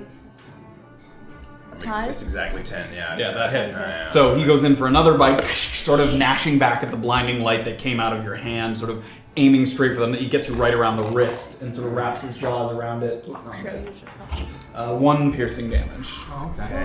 Okay, buddy. Google. Orba's just shouting. And the last gnoll's going to go after Orba. Sort of, it gets its footing back after the effect of the shockwave, and it goes in for 1 more bite. 13 to hit. Shield. I cast great. shield. Okay. So shield, an invisible barrier of magical force appears and protects you until the start of your next turn. You gain bonus of +5 AC. So I have 16. 16, so it misses. So the gnoll goes in, and you see the shield pop up, and it sort of bounces against the sort of semi-permeable shield that's been put up. Love it. Great. Yep, I'm done. Gnolls are done. Who's up? Okay, me. What would a cone constitute? How many guys could I get in a 15-foot cone? So a cone, like it'll start at 1 square and then become 3 and then become 5. Like it goes out like a triangle. So could I get 3 into 1 cone there? No. What if he moved? I think you can only get 2 in a cone. These 2 or these 2. Those 2. No, you could probably get these 3 in a cone. Yeah, we'll say that. We're coning it. All right. Yeah, because if it's pointing diagonally out here, yeah, those 3 can be in a cone. Cool. Here we go. You got this, friend. Burning Hands. Right. 15-foot cone. Each creature, 15-foot cone, make a dexterity saving throw.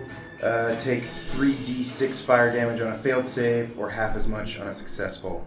Great. Ignites any flammable objects in the area that aren't being worn or carried. Cool, yeah. Put my hands together and... And the hands begin to glow and there's kind of... Great, so dexterity saving throws? Yes. And we'll go in the same order, so that one.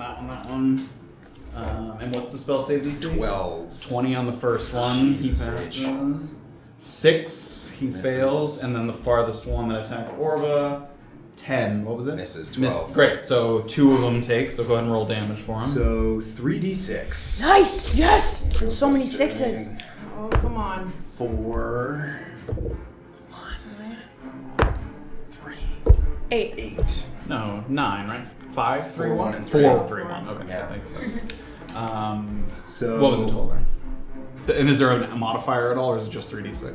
3d6. That's it. Great. So 8. So 4, 3, and 1, right? 8. Yeah. Yeah, 8. So you hold the hands out and his fire kind of erupts from them, and the gnolls kind of trying to get out of the way of the fire. So 2.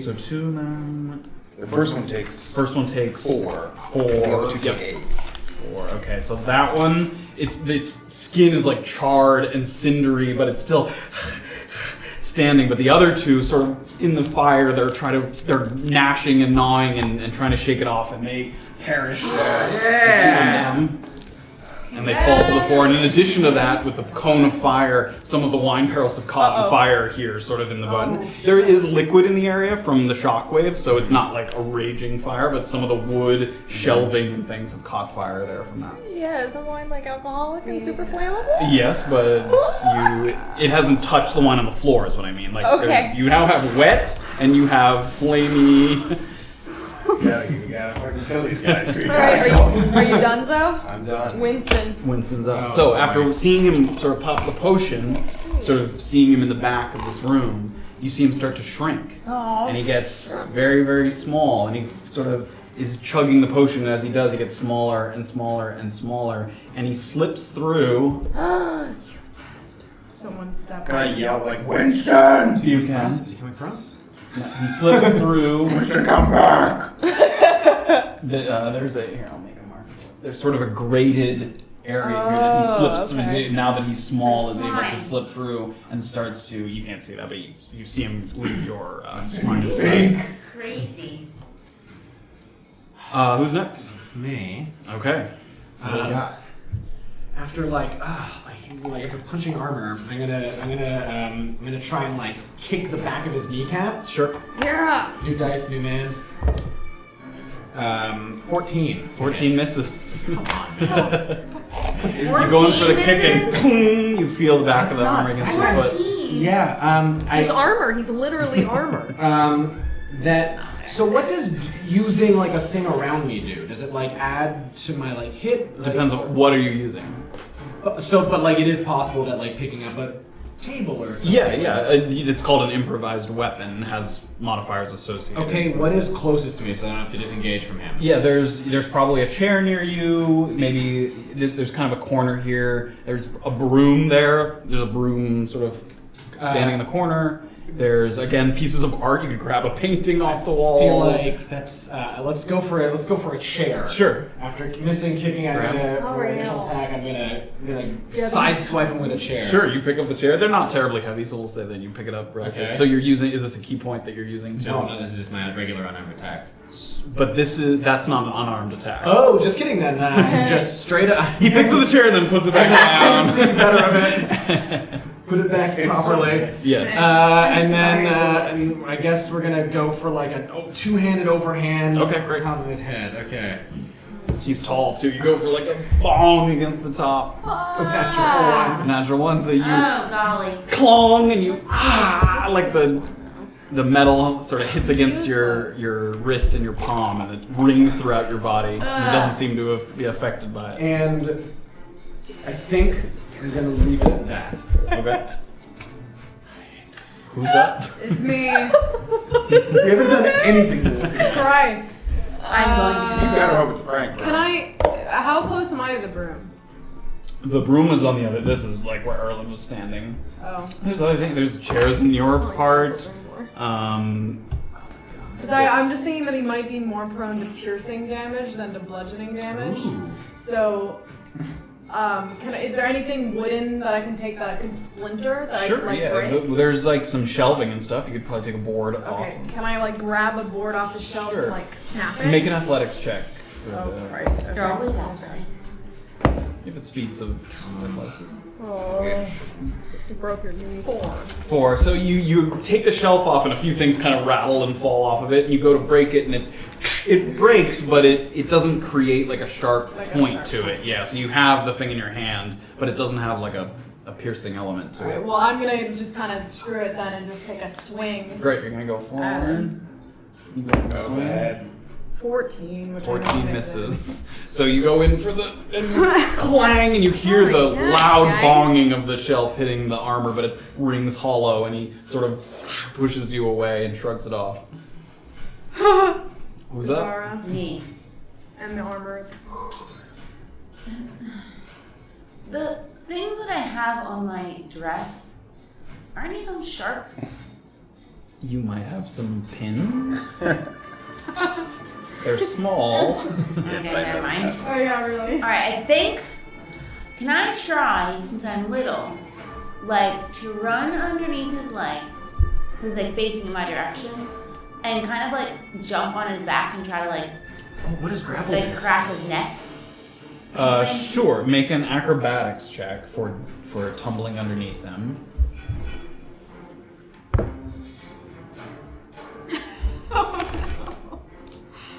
Oh, 10?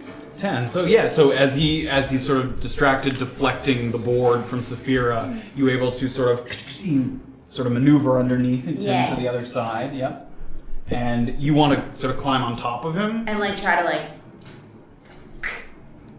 So we'll say that's for the sake. Are you making? Sort of describe to me exactly what you're doing, so I can make the. I would like to like leap on his back and like turn his neck. Okay, we'll call that a grapple, I think, for the sake of... What does grapple do? So it makes him... If she's able to sort of hold his head and sort of disable him, it'll more vulnerable. Lowers the AC?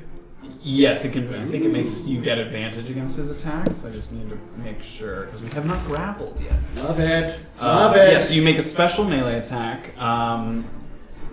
Has to be no more than one size larger than you, which it isn't within your reach. Okay, so you make a athletics check contested by my strength check. Athletics check on the suit of armor. So make an athletics check. Roll well, little one.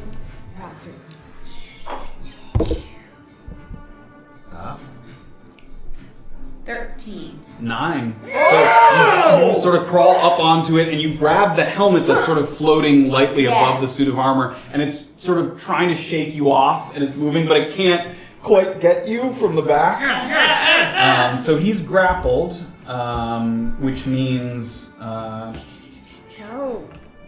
see. I want to make sure I'm doing the right I ate thing. too many Skittles. Me too. Everyone's eating too many Skittles. Yeah. Okay. Yeah, so we'll say people are going to get advantage on their attacks in the sort of way that you have it. So you have him, you're kind of distracting him. Yeah. So in doing so, and he can't move also as that's happening, so he's kind of stumbling around trying to pull you off. And that lasts for one turn back to her? No, he has to try and get out of it on his turn, or he can make an attempt to get out of it on his turn. Good. It is his turn. Yes. Oh boy. Great. So he's kind of writhing around, and he goes up and tries to put a big hand sort of on the back of your collar to pull you off. And he has to. How does he escape this? Let's find out. Grappling. So he's going to try and use an action to escape. So he's going to try and pull you off, and it's going to be the same thing. So he's going to contest his against yours. So make another athletics check. Come on. Oh no! Is that in that one? Yeah. No. 7. So he is able to grab you, and he kind of pulls you up over and tosses you on the floor. However, that is his action, so he doesn't attack this turn. But he is no longer grappled. He's able to sort of escape. Darn it. That was well done. I tried. You did. All right, who's up? Me. Gosh. It's me. How long is this taking? In game 30 time? seconds. Yeah, not long. Around in game time is like 6 seconds. After she gets thrown to the floor, she checks that watch to make sure she's awake. It's been since the fight started. It's been less than a minute. Yeah, this is all happening simultaneously almost. Which of those two gnolls looks more beat up? This one. The one on the right? This one. Perfect. He's the one with the singed fur that took the brunt of the flaming hands attack. Orba sees Graven in distress and takes one deep breath and puts her palm out and casts Ray of Frost at that gnoll. That gnoll. That damn no. Okay, So so what am I doing? Okay, This is just an attack roll? yeah. Is that cocked? I'd call that pretty flat. Yeah. Okay, 14. Plus 5, 19. 19 hits. Okay, 1d Roll for cold. him. Is that cocked? It's kind of cocked. That's I Cocked? can't see it. Okay. You can make it a turn. Yeah, it's cocked. Okay, I'm just making sure there's no plus to this. 5. Great. So Orba sort of summons the Ray of Frost, and at first the gnoll is kind of like cooled after being lit on fire, but then he starts to feel the ice creeping up, and he sort of starts to writhe and You guys can help us. right. okay. Yeah, Orba's amped. Okay, Knowles. Knowles, singular. I'll erase that S. Man, here's. Okay. I think it's Knowles first. Knowles. It is the Great. Knolls. Yeah, I'm just looking at my Oh, HP. okay, great. 'Cause So I the think I'm gonna Knolls. use- I'm gonna probably use the warding flare again. I have one more. Okay, you can use multiple of them. Yeah. Great. Yeah. So he's gonna take an attack at you. Do you have to say that before I roll, or no? If it doesn't say, you can use it whenever. It just says Is it a reaction? between yourself and an attacking enemy. When you are attacked by a creature, Okay. Yeah. you can use your reaction to impose disadvantage on the attack roll. Yeah. So we'll say you can Okay. figure out the roll before. So he's gonna take another bite at you, and 17 to hit. 17 is. Well, but so you're gonna use it. Oh, That's what I yeah, meant. yeah. That was the first Oh, roll. I see what you're saying. Great. Yeah, so yeah. it's 17. So he does another, and the sort of room lights up, And natural 1. Yeah. So the light kind of, and he gets that kind of like dilated pupils go big. And he's sort of looking around disoriented, and he's unable to grasp at you. All right, Google. Is there a wine barrel close enough for me to like? Oh boy, that's gonna catch fire. Yeah. No. To grab. No. Not without leaving his. Like most of the wine is being stored in cells. Okay. Just throw me. I wanted to like, yeah, seriously. I wanted to like smash it Use over the your head eyes with that. What is close enough for me to grab? Not much. So this part of the room is mostly like kitchen supplies. Okay. All right. I still have a couple spell slots. I'm gonna use inflict wounds. Melee spell attack against a creature you can reach. Great. Yeah, Which that works. is right there. So, yeah. Flex my hand a few times and just wind up and like until it turns almost black, and I just swing right at his face. Just read it just so we know that. On a hit, target takes 3d10 necrotic damage. That's Okay. Great. Melee. Jesus. Yeah. So unarmed strike, I guess. Yeah, I think you just make an attack roll, right? What does it say? Yeah, make a melee spell attack. I guess It's still a spell attack, yeah. So use your spell attack modifier. Okay. All right. It just is only in melee range. Right. Which is, oh god, where am I? It's on like your second sheet. Yeah. It's not on the main sheet. Spell attack bonus. Yeah. Okay, so, So that D20 plus the spell I attack. see, I bonus. see, Yep. I see. 8. 8 total. Yeah. That misses. So he goes in for the And I still fist kind of use that. swirls. Yeah, it still uses the spell slot. And as it's kind of going in, he's still kind of reeling from the flashing light, but he does see the fist coming and manages to sort of. He goes on all fours and kind of skitters to the side and sees the fist going above him. The spellcaster's life for me. Yeah, that's it. Great. I'm gonna run away. I'm gonna get fucking killed. Okay. All right. Who's up? Winston. Winston. So you can't see him, but he's the disappeared as worst. far as you can tell. So. Coward. I'm gonna write coward under his name. Shit, like He's really There already was a coward. You can't have two people this named is- Coward. He's number 1 on the shit list. Is what he We'll is. see when. We got Erland. Erland. All right. Let's go. Come on. Pick back up that chair that I had business with earlier. Do it. Now I'm gonna go over top of his head with the chair. Great. So it's an improvised attack. So do a D20 plus either your strength or dexterity, whichever is higher modifier. Oh, that's less good than me just punching him. It does more damage though. Has less of a chance of hitting. Does more Range. damage because you're not proficient in hitting people Okay, with so chairs. higher strength or dexterity, whichever's higher. Yes, whichever is higher. Cena. As a monk, you can pick the higher Oh one. god, 6 to hit. I've got Six your hits, back, 6 friend. misses. So you go to swing the chair, but it's a little too heavy to get like a good swing, and he's able to kind of step and We are it crashes against the pathetic ground. right now. Wait, he missed. Okay, He then missed? Yeah. Yeah. Oh my god. I'm gonna just use another unarmed attack then. Sure. So he saw the crashing chair, and you go in for a punch as he's sort of Yeah. distracted.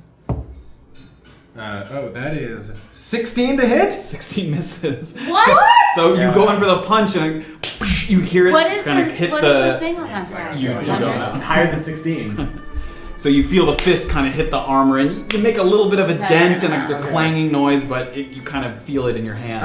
After I do that, as I'm sort of clutching my hand, I say, Safira, grapple him. Yeah, that was already my plan. All right, so I'm gonna try to do kind of the same thing and like leap on top of him and try to like pin him down. Sure, make an acrobatics check. Acrobatics, right? Is that a 9 or a 6. 6? 6. Plus 11. 11. Okay, I that's. had to look at him because I had to do simple math in my head.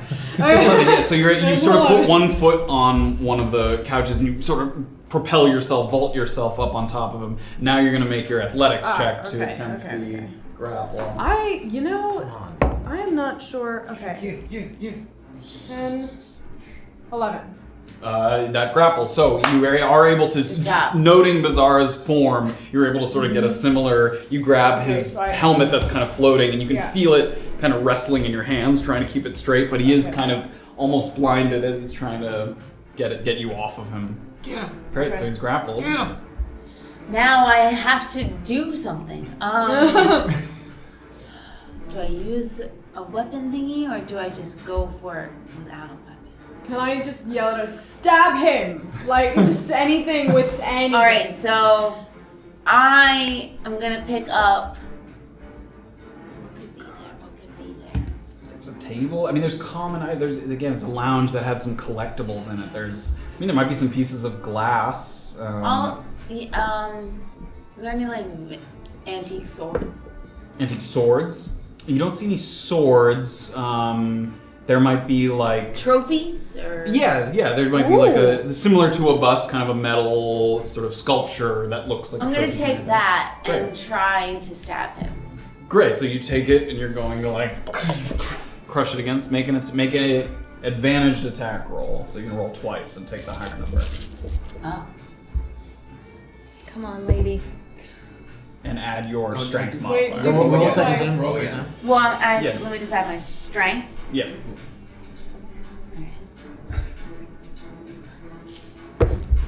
Oh! That was Take the better one. You Took took better. better. 13. 13 misses. So you go in for That was the so attack close. with it, and it's sort of, you're not able to jam it Yeah. between sort of the two pieces of armor. It kind of leans over and blocks you from doing it. Anything else? I can't do anything else. Okay. It's its turn. Armor's turn. Great. So it's again No, it's- going yeah. to attempt to throw Safira off. It's going to make a contest against your This is athletics. unreal. Yeah. 19. 5. So it's unable to do it. So it reaches up, and Safira kind of nimbly moves to the side as it reaches its hand up, and then it goes the other way, and she moves the other direction. So it stays grappled. And that was its action. It had to attempt to remove itself from the grapple. So This it's is unable unreal. who's It's Orba. Orba. Right. So what's the deal with the fire and the wine? Can I run into the next room? But yeah, you is can. It's on not like the whole fire place is and not like there's lit up. There's some shelving and stuff that's on fire. Okay, Orba would like to run into the next room, I guess at her full distance, 30 feet. 30 feet? 10, 15, 20, 30. Okay. And she's gonna turn to the knoll and shout like, "Hey, stupid! Look over here!" And she tries to get its attention. You do. It's annoying. It hears you It yelling and it hates kind of. Good. Yes. I have that effect on people. And I'm gonna hold up my palm again and cast Ray of Frost. Right. Frost ray shooting out. 10. 10 misses. So the ray of frost, whoosh, you sort of trying to shoot it from the other room and unable to get the right angle, and it goes whirring past. Okay, and she just stands her ground and says again, like, "Come get me!" Great. With that much conviction. Yep. So frightening. Who's up? The knoll. Knowles. Okay, so the knoll. Make a performance check. That's what I'll say. Fucking. 5. 5. So the knoll looks to you, kind of annoyed but then it turns its face back to Graven after sort of shaking off the annoyance, and it's going to go in for one more bite. 17 to hit. Oh no. Oh my god. And 2 piercing damage. You okay? You okay? You okay? You okay? I'm here. Okay. So it goes in for another one, and it catches another, not a huge piece, but as you went in for the punch, and as you're pulling your hand away, it kind of grips at the hand, and some of the flesh comes off of your knuckles. Good. All right. I'm gonna do a cantrip here. Some sacred flame. Okay. Yeah. That's a spell attack, isn't it? Yeah. Pull that hand back and release some flame from the other side, right into the side of his hairy, ugly head. Target must succeed on a dexterity saving throw or take 1d8. 4. 12, yeah. 4 fails, great. All right, Let's so go. 1d8. What is that? Looks like the pyramid, right? Oh my One. god. Plus?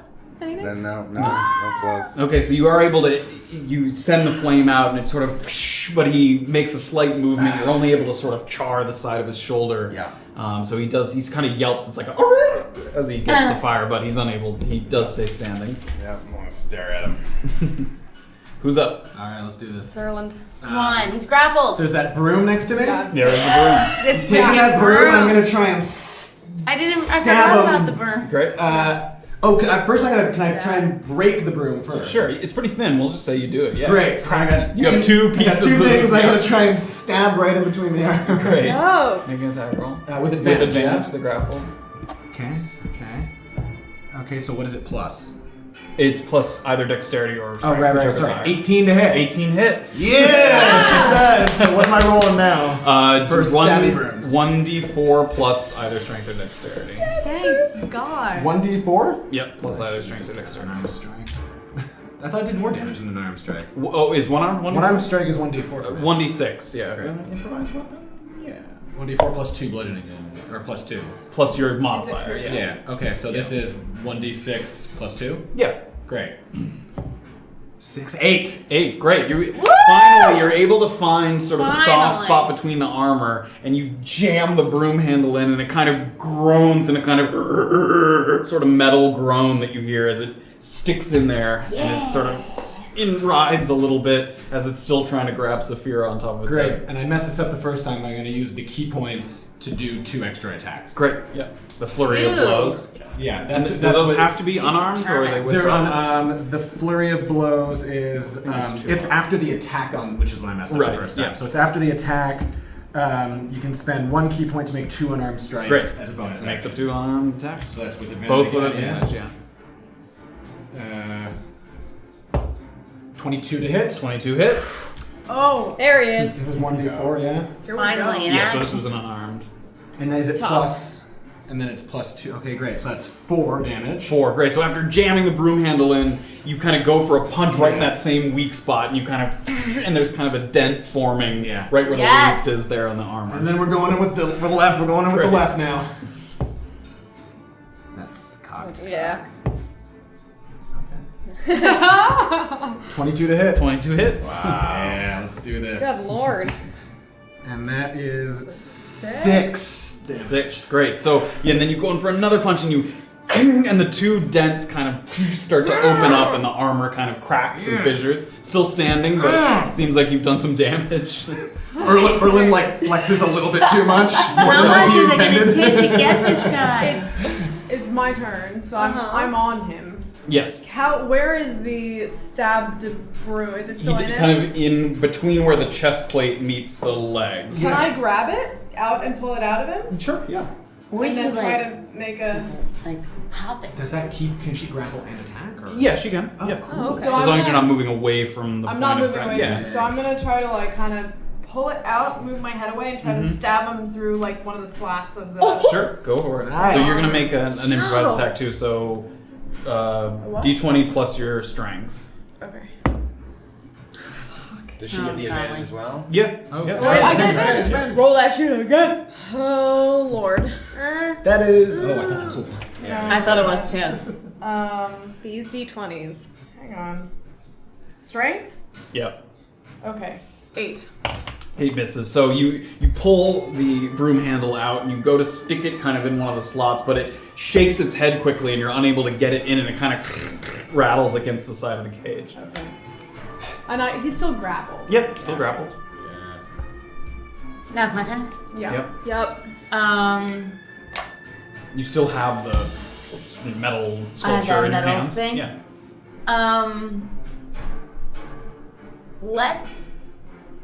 Can I yell to Safira to throw me that one broom thing? Sure. Yeah. Yeah. Throw me the She can broom! toss it down. But Yeah. like the piercing didn't do anything in the end, did it? You don't know whether the piercing it was weak to that or not. You Oh, couldn't I tell see. that Oh, I by see. that interaction happening. Can I I- have what it's weak Yeah, to I or see, not. yeah. So Can I take both things? both what things? The metal thing and the broom? You can't make 2 attacks. At the same I can't go at the same time? No. Okay, well then I'm gonna throw it back to her. And then I'm just gonna use the metal because I feel like the metal against the metal might be something that he's not good with. You're attacking with what? Sorry. My metal thing. Let me just make sure that you. You can attack with both, but the second one, so you make an attack with your dominant hand, Yeah. and then you're gonna make an attack with the other one, but you get no bonus to it. So the first one you add your strength modifier to. Yeah. You don't get to add anything to the second one.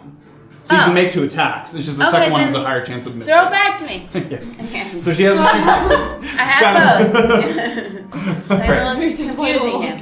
So for the first one, I'm gonna use the metal thing. Great. And the second one, I'm just gonna like hit him again just to get him. Great. So make an attack with advantage first for the sort of bludgeoning statue. So the right one? Yeah, just roll it twice. What do I add? Roll it Just again. roll strength, again. but Oh. take the higher one. So 15. 15 misses. So you go in for the statue and again it doesn't find like a weak spot in the armor, so it just kind of clangs off the side. Fine. So now you can make a second attack.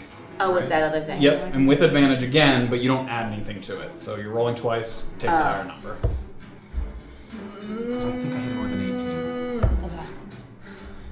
9, yeah. So again, you're kind of and you can hear the noises, but you can't find sort of a spot in the armor This that is opens never ending. You all can hear Beezaura's frustration in the room at the moment. Erland's still sort of like lightly flexing. Yeah. You're still pleased with yourself. Armor's next. armor, yeah. Great. So he's going to I know, attempt it sounds to very throw Safira off again. Safira. Got You it. can do it. Athletics check. Crap. Any advantage on that one? No, not on the 7. attempt to escape. So he does. So he's able to grab you, and he tosses you. And his sort of strength, he tosses you back like Do a I take space any kind damage of. from No, that? you don't take any damage from that. But he was able to sort of, like and you kind of tumble back a little bit. Okay. But that used up his action. So All right. So it's me. it's you. Orba holds up her hand again, and with far more conviction this time, said, Yeah. "Hey, stupid! I taste really good. Come over here." And cast Okay. Ray of Frost. Are you again. attempting to distract it again? Yes. Give it another performance check Okay. first. What was it again? 15. 15. So this time, as you sort of yell at it, after having just bit Graven, it kind of looks and it kind of looks towards you as if it's gonna sort of pounce. Okay, Orba, like, slightly hating herself, cast Ray of Frost. Great. 16? 16 hits. Roll for damage. I don't get any kind of like opportunity when he turns. No, because he would if he moves. Yeah, if he moves. 7. Ooh. 7 damage. So the ray of frost, whoosh, you can hear it, and it kind of, whoosh, and it, you hear it hit as sort of a shattering of icicles, and the knoll goes down. You did it! So you guys sort of take a breather as the knolls have kind of fallen. We'll head back to the other room. We're going to Erland, I guess. I mean, I can do the most attacks. I gotta keep attacking. I'm gonna like throw after like I've just been doing this. So I'm gonna throw like my shoulder into the. Sure, you do kind of a forward. He's kind of facing away after just throwing Safira off the side. And that is 16 to hit. 16 misses. Oh. So you go in and you Needs like feel a it kind of, 105. but you're unable to find a spot that opens Then I up sort of anyway. give it another. Give it a double nudge. 22 to hit. 22 hits. Oh, there we go. Where's the one that was rolling well for me? So now we're going 3 bludgeoning. 3 bludgeoning damage. Great. So you go in for the other shoulder, and it kind of meets the spot that you had kind of opened up. And as you push, the armor kind of groans and bends a little bit as you push into it. Oh my god, that's all groaning and bending. That's what she said. Safira. Zinger! Okay, so I'm gonna. Fuck. I think I'm gonna try to grapple him again. Okay. So I'm just gonna like, well, we're back at it. So,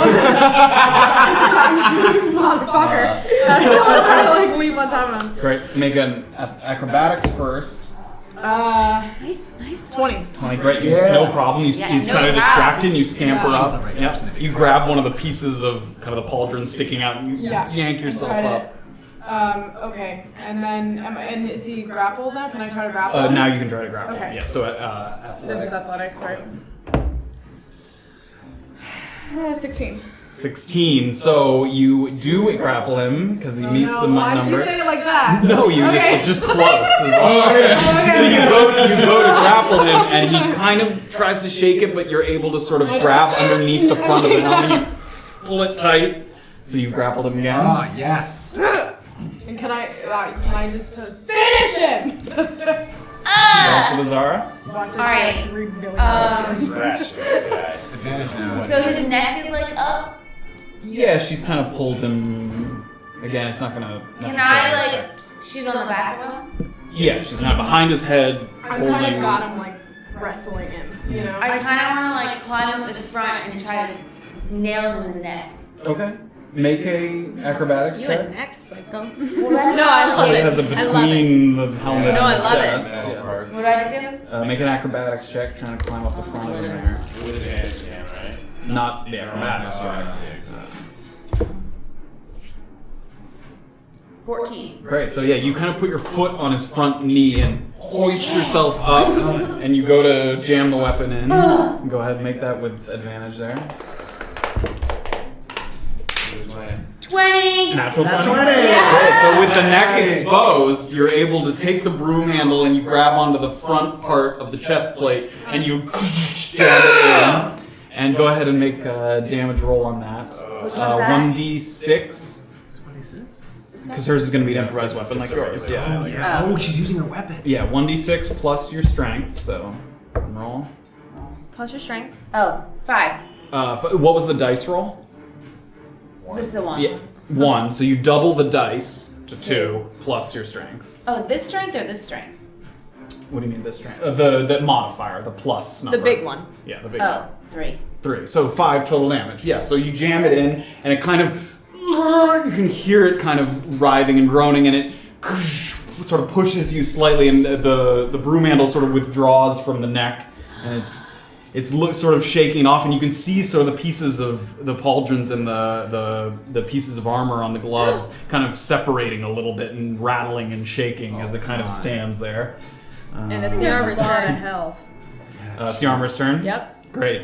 So the armor, feeling Safira on the top, it's going to go for one more release of the grapple against your athletics. Fuck, is that a 9 or It's a 9? 13. So once again, it does Oh wait, oh no, 10. Okay. push sorry. Safira off, and she sort of shrugs off. And as it goes kind of into attack mode and holds its fists up, it suddenly, Son of Thank you. and the hands drop, and the head sort of tilts, and where it had put the helmet up on the top of its shoulders, the helmet and clatters. Can I look the to floor. the door up where the hallway is? Yeah, this door's closed.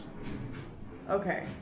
You can Okay. look Because at I the just door. wanted to make sure that he didn't just drop because someone told him to. Well, combat has ended. Yeah. We did it! Sounds like y'all just passed a test. Great. I'm sweating. So So we'll head back to Graven and Orba. So you're here, sort of in this lodging, storage, cellar. You saw Winston kind of evacuate. You have a moment here. where was Winston sitting when we first saw him? Like here. Can I race? Was he at like a desk or something? Yeah, or he was at a just- desk. Can I race over to that desk real quick and just start? Yeah, you start Searching? looking through the stuff. Make an investigation check. That's good. 22. 22. There's a bunch of papers regarding supplies that nothing stands out at you in particular. There's like number of barrels we have. It has the names of the wines. You see Mollefaire S, Haute de Grimari, Velvet Ghost, like the numbers of barrels that they have in stock. But it seems like he may have. If there's nothing here that catches your eye, if he had something, he Okay. took it with him. I tried to find some healing potions for you, but I couldn't. That's all right. I wonder what it was that he drank. He Corner got there. super tiny. A shrinking potion. Have you ever seen anything like that before? You would have heard of that before, yeah. I mean, I know of them, but I've never seen one in person. It's pretty impressive. Does he make them himself? Is the bottle still over there? Can we? No, he took it with him. Well, he is an alchemist. I'm sure he does. It's called a potion of diminution, which you would have heard of before. Are the wine barrel? There's still a bunch. There's the fires. I mean, there's kind of like a few pieces of wood that's singed and sort of Okay. burned. It's not like a raging fire. It's Can I not walk spreading. over to one of the wine barrels and just like, just like let Definitely. a bunch of it just like. And it kind of flows out onto the floor and you take a big swig. How is it? It's refreshing. Okay. Okay. Can I quickly sift through any of the knolls? I think we should search these. Okay. Make an investigation check with advantage. What was it again?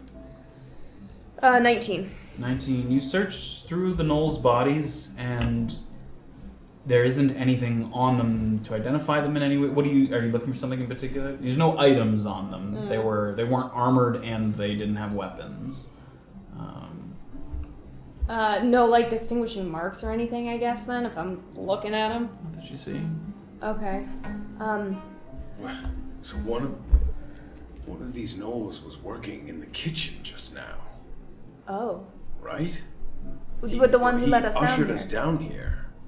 Are there more? I don't know. I don't know what we should do, too. there- How are we going to explain Remember, he didn't this? say anything. He just grunted. He just He can't noticed that. speak. I mean, Can't even when speak. you change forms, you can't. There's no other exits down here. It's just the sewer. Yeah, can we You just... can investigate where Winston Yeah. went out. So if you go over there, Over there. you see similar to it's like a graded. It's not very tall, but it's like a graded, almost like a drainage kind of thing. If there was a Yeah. big spill, they could sort of siphon something Oh, through okay. there. So he's shrunk small enough to fit through one of these. I mean, it's very small to fit Yeah. through the. And you can peek into it, and there is kind of it seems like a sewage drainage area behind there, and then it sort of turns off to the left. But it does move forward, so you can see this way and kind of off to the left this way. It's pretty dark, but there's nothing in there that you Sewer. can see. Yeah, it We seems need like to find where that leads. We need to find who is Winston working with. Is he in league with Mollefaire? Why is he down here? Why is he? I don't know, but do you think we're going to get in trouble? We've been down here for a while. There's 4 dead gnolls. There's wine all over the floor. Yeah. And you and I are near death. All right, let's And you're still mute. try to. I know. Let's. I guess try to act casual as we go back. What are we going to do? Just lock the door behind us? They need to get to the wine. What else do you suggest? There's no other way out of this room. We have to go back up into the kitchens. I say I'll carry a wine. there are a few barrels undamaged. I Yeah. mean, some of them are damaged, but there are. What if somehow we got on Mr. Mollefaire's good side and we're like, by the way, we found 4 gnolls in your thing and we got rid of them for you, so do you want to give us some money? There's a very good chance that he knew that was going on. That he knew that Winston was down there. Down here. Sorry. Yes, I I'm a suppose you're little right. I know. I mean, yes, I suppose you're correct, but eventually he's going to find out, right? And we should be gone then. Oh, okay. Well, I trust you. I say that you pick up some food item and I'll get a barrel of wine and we sneak back up into the kitchen, set them down, and get out of here. We just leave? I can't get in another fight. No. You also are. Orba's in better shape. You're pretty beat. You're noticeably beat up. I have one more spell. I can cast Cure Wounds on myself. Oh, you should do that. Yeah. All right. Yeah. If I'm hoping to pick up this barrel, all right. I'll cast Cure Wounds on myself. Sure. 1d8 plus my spellcasting ability. Just 2.